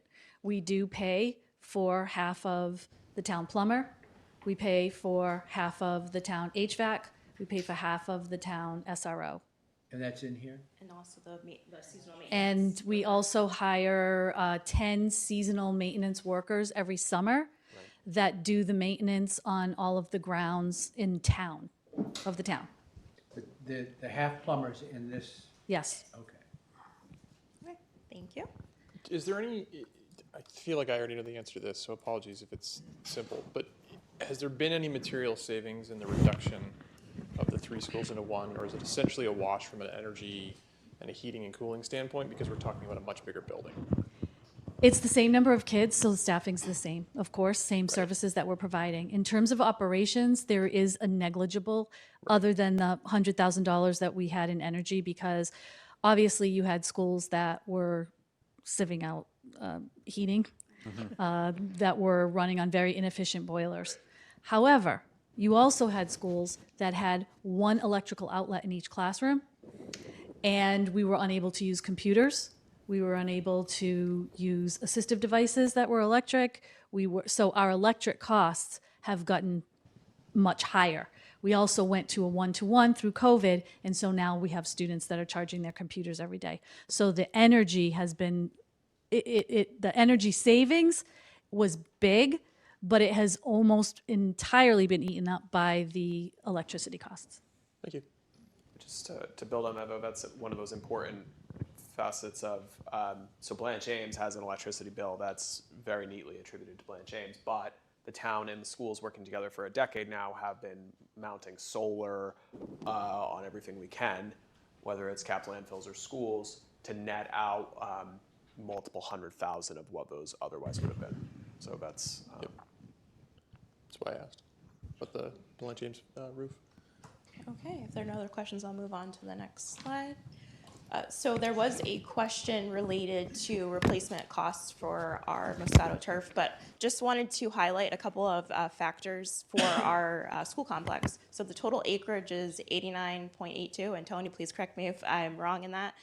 We are serving 4 buildings. The total square footage is $713,000. I'm sorry, not dollars. Wrong mindset as a finance director. 713,639 square feet. And just a reminder, on our school complex, we have our own wastewater treatment plant, and that for fiscal year 24 was about $122,000 in total expenses. As far as costs go, the initial installation for the Moscato turf was $749,000 back in 2019. Oh, replacement of Moscato. Thank you, Tony, for that. And then for as far as what our annual costs have been to maintain that, that's approximately $10,000 per year. We're expecting to need to replace that over 10 years, so 2029, as we indicated earlier. There was a question on the cost replacement between the artificial field and the natural field. So as far as replacement costs go, we have estimates ranging. Those 2 numbers are switched. So that's the 2 numbers I told you I needed to switch. The replacement cost is between $52,000 to $57,000, and the maintenance costs are $44,000 to $48,000 per year. Thank you. And then just one of the items we wanted to highlight, with a natural field use, there are other expenses that we want to also consider, right? So as on the slides, sprinkler systems, maintaining this, actually having personnel to be able to take care of the field, the pesticides, the fertilizer, the lost revenue if we're not able to actually host games on that field because it's flooded or because of inclement weather, and then transportation as well, and the rental use for the facility revenue. So I hope that answers that question that was out there. It's difficult for us it's not apples to apples, obviously, and we would need to go out to bid and have experts do this, but just from our work in 2019, I think they said that the turf was about 3 times more usable than grass. Yeah, that's what I recall, is that when the turf was initially installed, one of the stats that had been provided was that artificial turf can basically be used 24 hours a day, 7 days a week, versus natural grass. There's a lot of wear and tear, so it can be used about 1/3 of the number of hours that an artificial field can be. So, there's been, having the turf has provided, the artificial turf provides an opportunity for revenue, because you can, go from an after-school practice to games to then renting it out to a youth league and then to have an adult league come in at night, where with natural surfaces, you just need to be much more judicious about scheduling. So. Thank you. Next slide, please. So we had a question related to some of our professional services and itemizing certain expenses. We have over 797 vendors. So if you would like an itemized listing, I thought a top 10 would be a better use of a just demonstration of some of our costs. And this top 10 covers more than 50% of our total supplier expenses that was in that pie chart, the yellow shade and the other colors outside of the personnel costs. So as you can see, one of our top vendors is Lucini for transportation, both regular transportation and special services transportation, VHS, ADA, all transportation vendors. Then we get into our special services tuition expenditures, Eversource as far as gas, one of our third-party borrowers related to our electric utility leases that we have working with the town and cost savings with our solar on some of our buildings, WB Mason, across the board supplies and materials, and then NRG, which is a direct energy gas utility provider. So $4.5 million out of a little over $8 million covered by just the top 10 vendors. I hope that answers some of the questions, but please reach out or ask if you want to see additional detail from some of our vendors that we use in the district. The one part of the question was if we could compartmentalize them into different services. And unfortunately, that's not how we report it out. So we would have to go through the over 700. And it also gets tricky because some of the service providers provide different services to us. So we're not trying to not give you information. It's just that doesn't exist. If you would like to make a more specific request about a particular vendor or something like that, or the entire list of vendors, we could do that, but we don't have them in buckets. Team, correct me if I'm wrong, but I think that this slide A is more appropriate because it tells us the top spend, and it certainly satisfies my curiosity. I'm certainly not worried about vendor 762. I think this is exactly what we were trying to get at, Andrea. So I really appreciate you taking the question we asked, but more appropriately spinning it back in a way that we could digest it. I think for me, that whole the transportation is probably the biggest piece, and that was an open question I had. So I'm glad that you answered that particular one because it's a 25% of that other chunk, right? I think as a team, we talk about people. If you think about overall for all of our expense, people is the biggest, both the town or for the schools. So if you're talking 82% of their budget is people, then that's a people discussion, right? We can look at that slide and say, we're the parapros or we're the instructors. Like, is that matching with the values in the residents, what we're looking for, and are we giving the kids the right outcomes? So when I see this slide, it helps me appreciate that, well, you have to transport them. We can do it ourselves or not. We outsource it for a reason. For those of you that weren't there for that discussion, there's probably a lot of information available for why we did this and why it's better for us to do this. The special services tuition, I'm assuming that's the out of district, right? So, I mean, that happens by a very prescribed set of rules that have to be followed, that you have to, is legislated, that the school district has to execute. So for me, when you start getting down into 172 grand at WB Mason across the size of $60 million budget, roughly, right? 120, 50%, round math, fair. That, like, just under 50. Right, I'm not gonna count the paperclip, like where we have centralized printing. So I guess I'm just trying to weave together a lot of the commentary that we've heard from the team tonight to illustrate some of the big chunks that we're looking at. So this slide, Andrea, was perfect for me. Nancy? I agree. I would suggest there might just be one follow-up that would be useful for people, and that is, what kind of leverage or play do we have in other providers instead of Lucini? Is there anybody else in town? I know you've gone through huge negotiations with them. That's the question that I sometimes hear. What are our other options? Are there any other options? We go out to bid every time. We call vendors, we deliver bid packages to them, and we get one bid every year. Guess who from? That's what I've heard. But I also feel Lucini is doing a good job. They are. People just ask, if something got expensive in your home, you'd go see if there's Right. another place to get it. And so that's a question I hear in the community. No and shade on just the wanted to- service. It's a matter of the service finds its best price based on the competition that the service has. Well, yeah, so actually, could I do a procurement wonky thing here and make that point that with very limited exceptions carved out by state law. So when folks say, oh wow, the town's spending this on this service or the school's spending this, outside of the more de minimis spends, small 5-digit numbers, and I'm not saying de minimis in a personal household sense, of course that's not the case, but in a 9-digit organizational budget, you have to, with a limited exception, go out to competitive public bids. And if you proceed with an award, you don't have to award it, but if it's a service you must do, you do the competitive bid.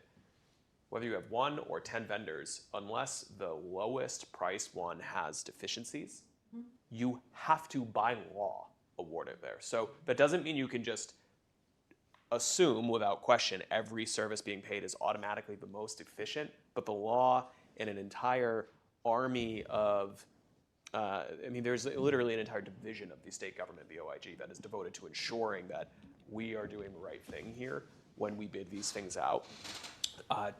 In theory, to incentivize competition, whether folks respond, that's right. I can't go there, but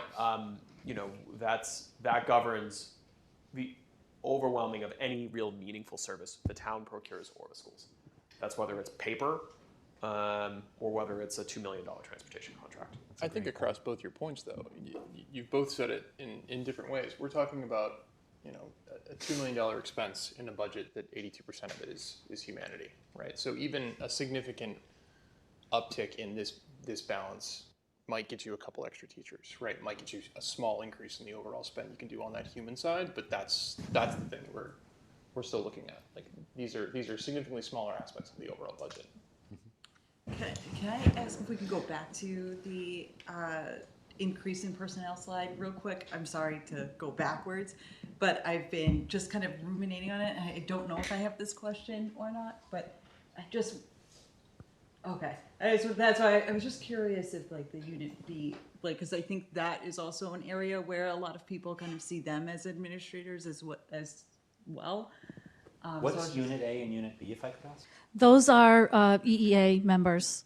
So Unit A is a unit of EEA, the Easton Education Association, and Unit B is a unit of EEA. Fair. Thanks. Yep. It's like the SPED coordinator, and then it's like the vice principals and stuff, and the guidance director. Guidance director and the director of nursing. Those are all in B. Correct. Mm-hmm. The majority, of course, are the special education coordinators. Mm-hmm. Sure. Kathy, are you good on this slide? Yeah, I just was curious. I was curious about that because I Sure. hadn't seen it. But That's okay. If we could go back to the other expense slide, and Sure. maybe the one after that, if nobody has questions. Good. Okay. One of the questions that I was asked at the last meeting and was asked again in the list of questions that was sent to us was to quantify the budget targets. And so I want to highlight again that the budget targets are not, if we were able to fund some reactive needs, all of our reactive needs are met. If we were able to fund some proactive, all of our proactive. And obviously, we would not fund strategic needs without our proactive and reactive essential needs met. So we did quantify based on these items. For example, they're all things that we've been talking about.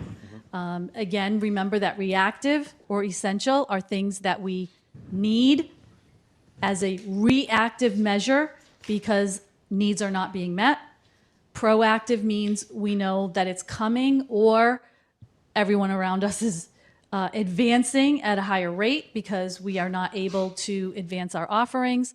And strategic are those things that we know we can do for kids. We have the capacity, we have the ability, we know that they're best practices. And with Andrea's help, we were able to come up with, just from that list, reactive and essential would be a 2.7 million increase. Proactive would be 2.4 on top of that, so that would be $5 million. And strategic would be 1.4, which would be a total of almost $6.6 million. That level service at the bottom, $53 million. If we have the exact same level of service next year, just rolling over our current staff and programs, it's 7.6% increase. That That's does, I'm sorry, that's the loss of the grant support? no. No. The loss of the grant support is an additional 3.6%. You knew that question was coming up. It's like, funny you should ask. She texted me, she's like, make sure. No, I did not. Only kidding. Only. So when, Oh, look at the little red. when we've been talking about for several years that this year is coming, we had this conversation right before COVID. The next year was going to be next year. COVID, I will never say was a beneficial thing for anyone, but with the influx of federal funding and lowered expenses by schools being closed certain days of the week, transportation not running, food not going, etc., it did buy us a few years. But we have been saying, and I'm saying again, you can see exactly where these numbers came from. You can see exactly where they're going without adding any of the reactive, proactive, and strategic. Just a level service next year is 7.6. If we are considering the things that we have, quote unquote, kicked the can and tried to find other very creative ways to keep them going as long as we can, it's an additional 3.6%. Now, that's also said without having negotiated any of the contractual bargaining units, which is all 3 are next year and 3 are the year after. Just for context, what was your increase this year? 2%. Thank you. Well, on contracts you're talking about. No, I'm saying You're talking about school budget overall. Oh, which one were you asking? Okay, yeah, well, there's an important distinction there. Yeah, Right. School budget overall was 5.7. change. So even that's a good point, Connor. Like even just what was approved this year is still 2 points from level funding under 5 overall. Correct, and also, and again, I say this I'm not assigning value to it. That 5.7 was the most substantial in nominal and percentage increase that the schools have received since the operating override in 2007. It was 5.57. Sure. And so even that is a level that is obviously not sustainable within Prop 2.5 and our state aid. Right. And so again, that's not a criticism. Sure. That's something that folks here, and I credit Dr. Brawl highlighting it. I think the point is to really try to drive that point home, that whether it's folks following the budget process along where we start every February with a projected deficit necessarily. Yep. But then find the money and find a way to make it work. That's not indicative of like sleight of hand. That's reducing something over here, refining forecasts on the revenue side, understanding actual year-end data for utilities, and often, and what we have done, and what we made a lot of progress on, including with the district and including some hard budget years, on reducing our reserve spend in each year, that started to reverse in the current year we're in fiscal 25. And in doing so, we were explicit saying, this buys you a year. Right? It is 9:30. We have a couple housekeeping items to do, and they've put up a very nice slide that says any questions. However, if I gave everybody one more minute to simply make a comment, then that would take about 20 minutes for us to get through. I think we should just say thank you very, very much. Absolutely. Couple things. One, if I could, not trying to stymie conversation, and I do want to afford, if somebody has a very important question that they believe some of the experts from the team here could answer for them now, please, I'd just like to, this is your chance, right? If we do address the school, when we address the school follow-up at our next meeting to start, I wouldn't expect all of the experts to be here. They may want to be here. You may want them here. They're absolutely welcome. But I also am very thoughtful about time and effort. So doesn't mean you have to, this is it. You can send us questions, we can engage, and we can certainly ask people. So does anybody have anything that they would really like to engage now in terms of a question? Fair, thank you. No, he moved Dottie, on. how do you Sorry. let Just somebody because in on I Zoom? am in control of the panel here. There's somebody on an iPhone named Jackie that has their hand raised, and I'm not sure what I do from here. Sure. Well, can they put their question into the Q&A? Yeah, Yeah. I don't see a Q&A here, but there's a chat. Chat. Yeah, just put it in the chat. Yep. Jackie, if you could put your question into the chat, I will read it. Please include your whole name and your address for our minutes. We'll give you a Great. minute for that. So the one thing I would say, team, is, and I will demonstrate my point. So I have done budgeting for 20 years now. So I have given the presentations that you've seen today and helped really share a narrative or develop an understanding for people with a lot of information and numbers. So I'm going to ask Craig, Chrissy, Andrea, and Dr. Cabral, if you could just show me your cheat sheets. Show us your cheat sheets. So what I want to point out to everybody is that while we saw slides today, what you don't see, and I picked up on it, is that they all made notes around the issues. And so the reason why I share that is, right? Fair. Oh, Carol, see? We all got them. Love it. Right? So the reason why I bring that up is when I receive information, I actually think about the source, and I want to understand, do they understand their information? Are they sharing everything with me? Do they know it at a depth that I feel comfortable that if there was something that stood out, they would share that? And their analysis is helping me make informed decisions. And when I see people, so this is if you were ever going to work for me in the general public, when I see people who take the slide, they add their notes, the commentary, they're not reading the slide, they're sharing with you the story that that slide tells. And I just want to thank you all, because to me it shows how much you actually prepared. That is an incredible amount of effort. It's not just make the slide, gather the information, put it down, but what are the issues or questions that somebody might ask me around this? How does it fit into what I'm trying to share and what the committee is trying to accomplish for its charge? And so that may seem like a little thing, but I can tell you in my FP&A world, that's a dead giveaway as to whether or not somebody knows their material. So I think on our behalf, as Nancy said, we just want to say thank you so much. We know that you have an incredible day job. Kids are in school, you're impacting and molding people's lives. And for you to come and share what you did tonight was a lot. It was a tremendous amount. So just thank you all so much. I don't know if it's appropriate for us to clap.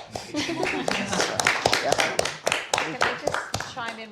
Please. I had the privilege of having a view into the work that was being done as it was being done. So access to some of the data sources that were shared as the team was, and it was just a constant flow of information happening among these team members over the past couple of weeks. And this is material that you could give it a week-long workshop on it, and they'd still have stuff to talk about at the end. It That's just a great call. there is the depth of information that's available, and the knowledge that this team has and can bring to it, and the ideas. And I think a lot of the work was just paring it down into something that was digestible.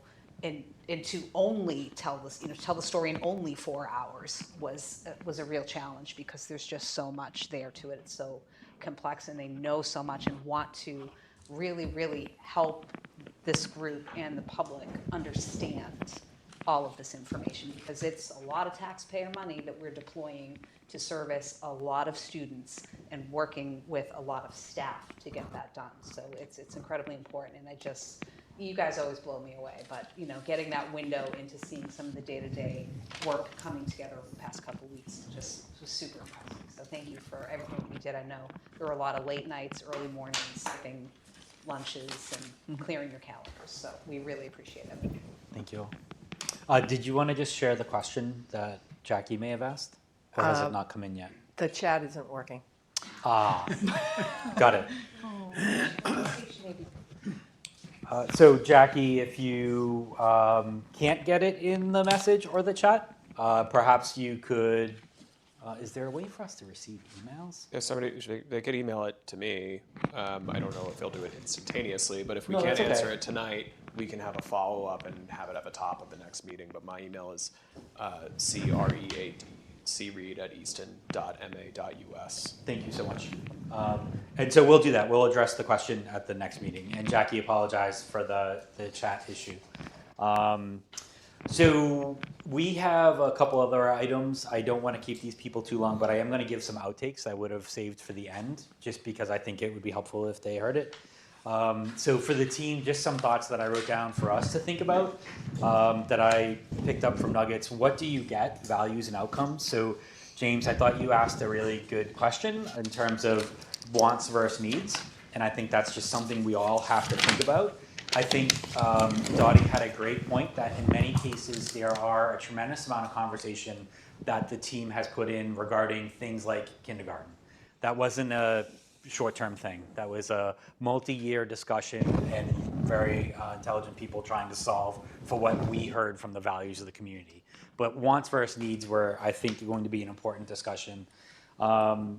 I don't know about you, but you used the word digestible, and I'm definitely going to be digesting for a while. So what I want to acknowledge is that I wrote down 240, 262, 274, DESE, Fed regulations, state regulations. If we did this, it was 38,000 hours to meet these minimum staffings. And so I just want to say to the team, if you're feeling overwhelmed, I think you should. I am, because what I'm trying to weed out is how much of this do we have to? Like, if we're not satisfying what the state tells us or what we have to satisfy, then we have to go satisfy it, right? Like, all of these different things are new to me, I guess. So it's a lot. So I would just encourage everybody to go back. If you have 4 free hours, rewatch this maybe. But the information that's on the website is huge. A lot of the slides you saw tonight are absolutely in the budget. They might have been updated for tonight, but they're things that were talked about last year at the budget process, the year before that. This isn't an entirely brand new architecture that was created in terms of reactive all the way to strategic. So there's just a lot of information out there. I would encourage you to do your homework. Yeah, the complexity of the regulations to me was just a little bit overwhelming. Like, it's just one of those things where you get into it, you learn it, but if you're not in it every day, it can be hard for me to, I guess, understand that and translate that into impact and bodies and expense and value and all that good stuff. So I did want to thank the educational component of our team, because hearing direct feedback about the role that a paraprofessional plays in the educational environment is huge. I don't know if that's good or bad, crazy or wacky, and adds value, but to hear you folks add that it does add value, that enables you to do your job, that enables us to satisfy specialized requirements that have developed over time, those are things that I don't know from my background, if that makes sense. So I just want to thank you all for participating actively to help me understand more how these things work together.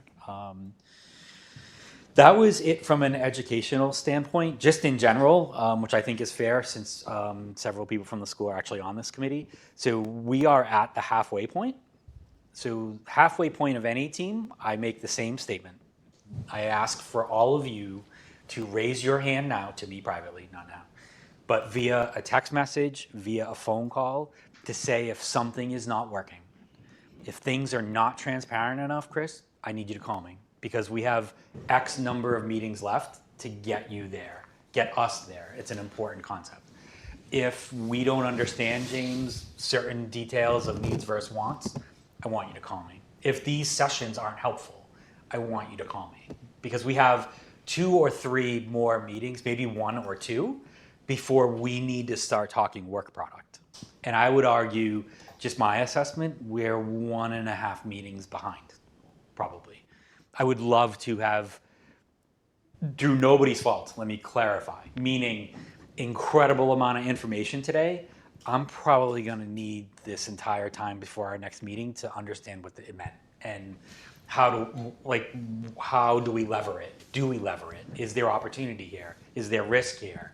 And that's not because the presentation wasn't good. It's because you did in 4 hours what I would like to have a week seminar on. And so I can just imagine everybody else feels that way, but I do want to instill a sense of urgency. So when we leave tonight, one of the homework things is if you are not getting out of this committee what you'd like, I need to know that now, because we only have 1 or 2 meetings to course correct to get you that. And I'm absolutely committed to getting, hopefully all of us, but as many as possible, to feel like their participation in the committee is valued, they're getting from it what they wanted, and we can develop work product from it. Is that fair? The other homework is digest this, and if you have more questions for the schools or thoughts or items that were prompted, first I would ask you, how can I answer this myself? Go to the resources.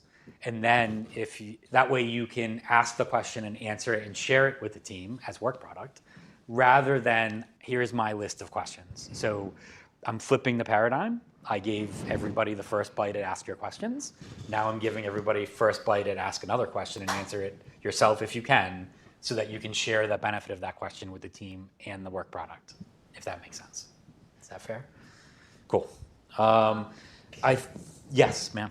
Could I also ask, before the last meeting, or at the last meeting, you asked people by a certain date to have the questions so we can make sure we had information prepared? Yes. Can we set a date for questions just to make sure we're bringing the right information and potential graphics to answer them? Definitely. Monday, I think, is when we set last time. It gives people the work week and then a weekend to digest. And if everybody could get me their feedback by Monday, that would be great. Is that okay? That work in terms of timeline? Because it's a quick meeting. The next one's October 23rd. Appreciate it. Yep. And I would just say to the team, so as with all of us, credit to Andrea, if we ask a question and you folks are like, look, you asked this, that's not valuable. I believe I can give you all the value with this. Just shoot me an email if you're uncomfortable and you don't want to make that decision, because I would have made the exact same decision you made tonight. That to me is managing up and managing us.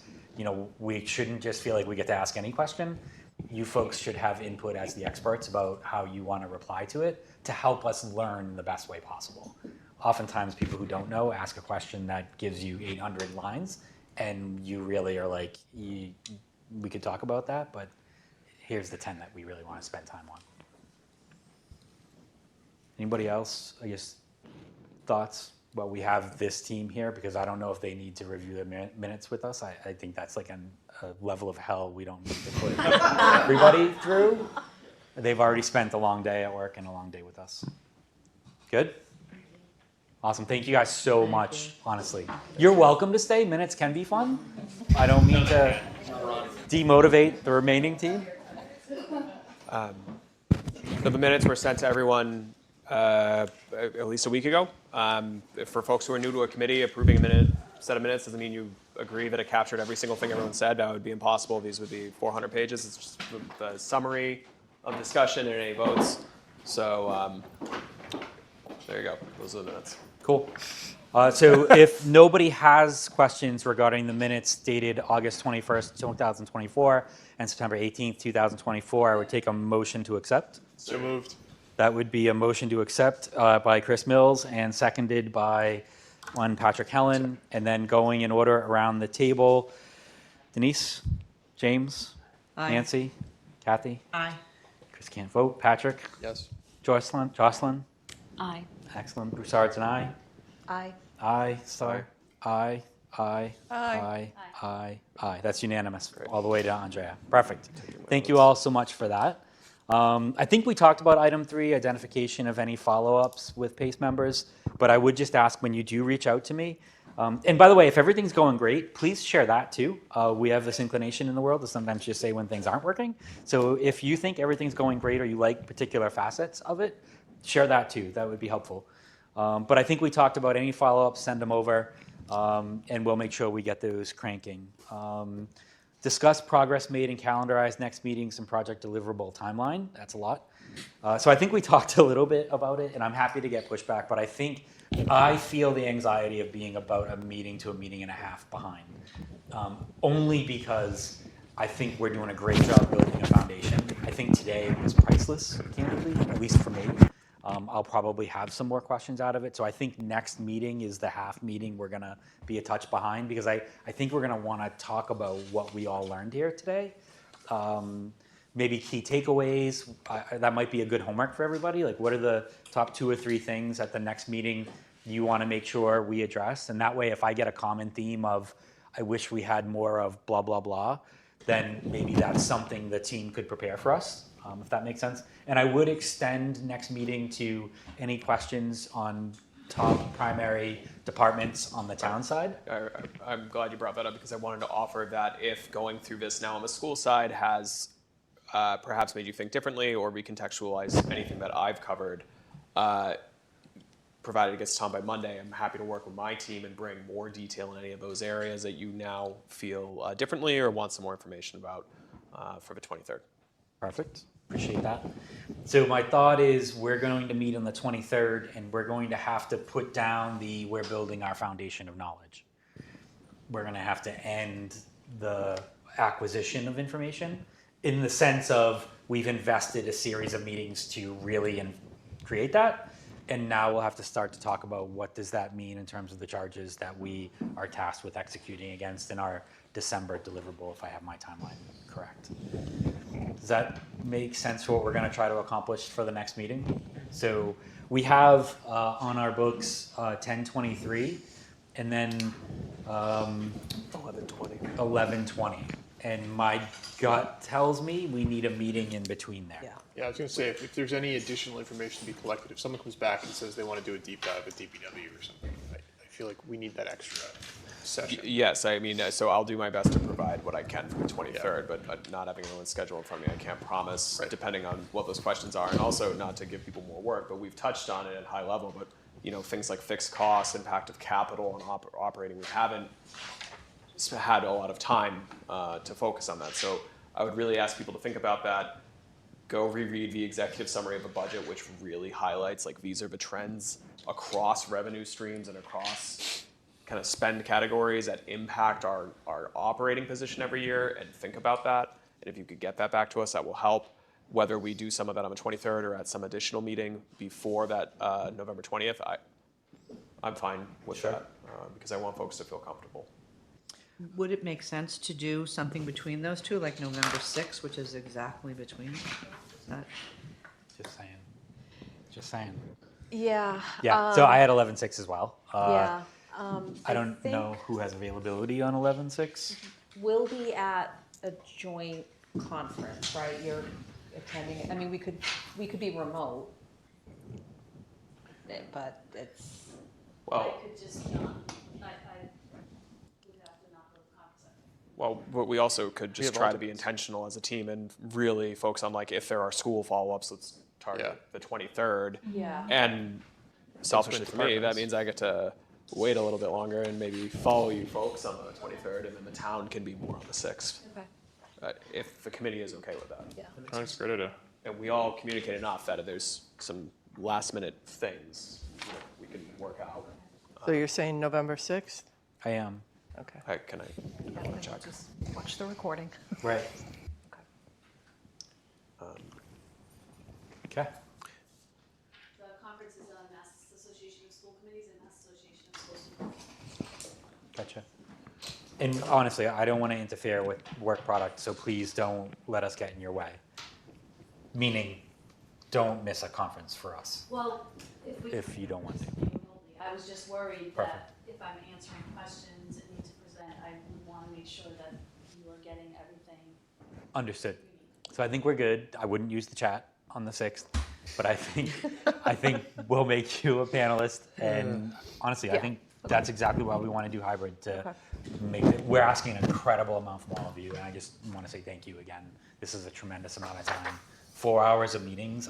I can't remember the last time I attended a 4-hour meeting and felt like it was still productive right around the 4th hour. So that's just a credit to the people. You got to watch more school committee meetings. I suppose, right? Well, every PACE meeting's been 5. Right, So, right. Fair. We are averaging 5. Fair, good call. I feel like we've covered all of our agenda items. Is there anything open? I promise I'm not extending this for no reason. So we have special town meeting Monday, the 18th. I'm going to put your name placards out there and count who goes. But really important to think about because we've confirmed with a moderator that whether it's Tom and Nancy as chair and vice chair, whomever, that we're going to be allowed 3-ish minutes, 3 to 5 minutes to take advantage of an audience. I'll either say, hey, remember last town meeting 6 months ago? That got a little hard. So this committee got created. We exist, first of all. We are working. Those meetings are public. Here's where you follow along. We want you to engage, especially as we get to that first work product in December and moving forward, because that's going to inform where we all land next May. So I wanted to flag that, and we we'll work with Tom and Nancy. We'll see where we are on the 23rd. But one of the suggestions I have is that at some point, if it's possible, after town meeting, and we have holidays, whether it's post the phase 1 deliverable, which as a reminder is just this kind of current assessment, this is where we are, these are our challenges, our opportunities. Somewhere in that area, I think we should try to be intentional to some of the feedback we've got that folks are not going to come to a 5-hour meeting, right? So maybe a summary charrette style meeting, maybe on a different night, perhaps on a weekend, in a more inviting environment where we're there, there's a high level presentation, summaries of things, and in a more digestible environment for folks. Say, hey, this is why we exist, this is what we've done, these are the broad takeaways of what we collectively agree is the state of affairs. Did you know that? Did you know, how do you feel about this? Does this jive with your experience as a resident or a parent? What's your takeaways? What do you think? What do you want us to be thinking about as we do the next stretch of this before we come back to town meeting? Yeah. Can I ask one follow-up on that? Just Sure. 'cause I wasn't at the first meeting, so I don't know if this was discussed then, but has there been a discussion about the expected deliverable outside of this is a presentation, this is a report? And if so, I can take the answer offline. We don't have to So be on this, but the charge is detailed, and it gives examples like whether that's like a PAFR or some kind of, but it's not prescriptive. That's one of the decisions we all need to make. we will It's like, make that decision what for it. what do we think is useful? Okay. Is it another white paper to complement the many white papers? Is it a summary of those with a kind of resource library? That's something that we would look to the committee for, I think. Sounds And that's the phase 1. And then as far as town meeting next year, I think we'll know more as we get closer. Right. Yep. Thank you. Just in terms of getting the word out there, can the town post, and this might go to the social media rules, can the town post that these meetings are happening on Facebook, or can we, as long as we're careful in how we present what the meeting is and put the link up, like we encourage people to go? Because I feel like everything Easton Facebook group and a few of the other Easton Facebook groups are asking a lot of questions or posting anonymously frustrations Sure. that this committee is, in theory, potentially tackling, and I think it could be very informative for people to know it exists, or Sure. for us to be more involved in any capacity. Sure, we certainly can. One of the questions there is, we could do just kind of generic update of like, hey, at town meeting, this vote happened, and so this committee was created. Here's its resource page. Here's where you could follow along. There'll be a brief update at fall town meeting, and maybe community charrettes in the winter. We could certainly do something like that to try to raise awareness. Certainly put it on their own social media. Correct. I think there's a meeting coming up, just don't say, and I think we, Right. this or that. Right. Never start anything with I think or I believe or, Yeah. Yep. But you can share information, meeting time. Yep. Meeting agenda when it Yeah, comes but up. we could put something through the town as well. I agree. Do like a quasi Could be a share. news release. Yeah. Yeah, like a retweet essentially. I think that's a good point, though, because I think now we're at a position where the things that we're talking about are going to be definitely interesting to the public. And the fact that it's hybrid, you might get more attendance Right. To that aspect. People are willing to jump on a Zoom to check in, maybe more than coming down If here. we post it, would we be able to put the Zoom link on? Yeah, that's public. Yeah. Okay. You can put a link to the Well, agenda. So we would just link to the agenda. Yeah. Okay. And Zoom links And embedded. folks can grab the Zoom of that. Okay. Yeah, I mean, but typically, one of the critiques you'll hear there is under the law, we have to post an agenda 2 or 3 days out, depending on the weekend. And so normally what we would do is say, hey, this committee exists. Here's where you can find all the resources. Its next meeting is somewhere farther in the future than 2 days, so people know about it. And you encourage folks, like, you can sign up for email notices and follow along. And feel free to share amongst the, the staff and the teachers and union Yeah, I people. just think of all the parents that Yeah, and the all parents. at the soccer field. Right. We're always looking for a good conversation. They're going to see you and go run in the other Now they're direction. going to start running from me. Right? Excuse me. I want to tell you something. Excuse me, wait. If you What are want your some thoughts on alone the time on the on the soccer dart field, that's a great way to comps? start. How do you feel about our comparisons to other towns? Oh, we missed the goal. All of a sudden, they all start walking away. No, but that's good feedback. So yes, especially as we gear up for town meeting season, we start trying to do more things focused on the electoral stuff without telling people how to vote, obviously. But we can do that for sure. Perfect. We can announce it in other meetings too, for the 0.0% of the population that watches our other meetings. We can at least throw it out there too. Sorry, I got one over my head. I'm tired. Finance committee, all the other various meetings, we can bring it up in official chats as well. Announce it. And actually, I do think on the 23rd, I'll ask Tom, and I'll do it now, that I'm going to at least reference the town meeting warrant, because there's items on every town meeting warrant that are relevant to what this committee should be thinking about and concerned with. That's a great point. Right. Yep. Did you want a motion to adjourn? I would certainly take a motion to adjourn. I'll make a motion to adjourn. Motion has been made to adjourn. That's Dottie and Nancy as a second. And going around the table. Aye. Aye. Aye. Aye. Aye. Aye. Aye. Aye. Aye. Aye. That was unanimous. Awesome. Thank you, everybody, so much.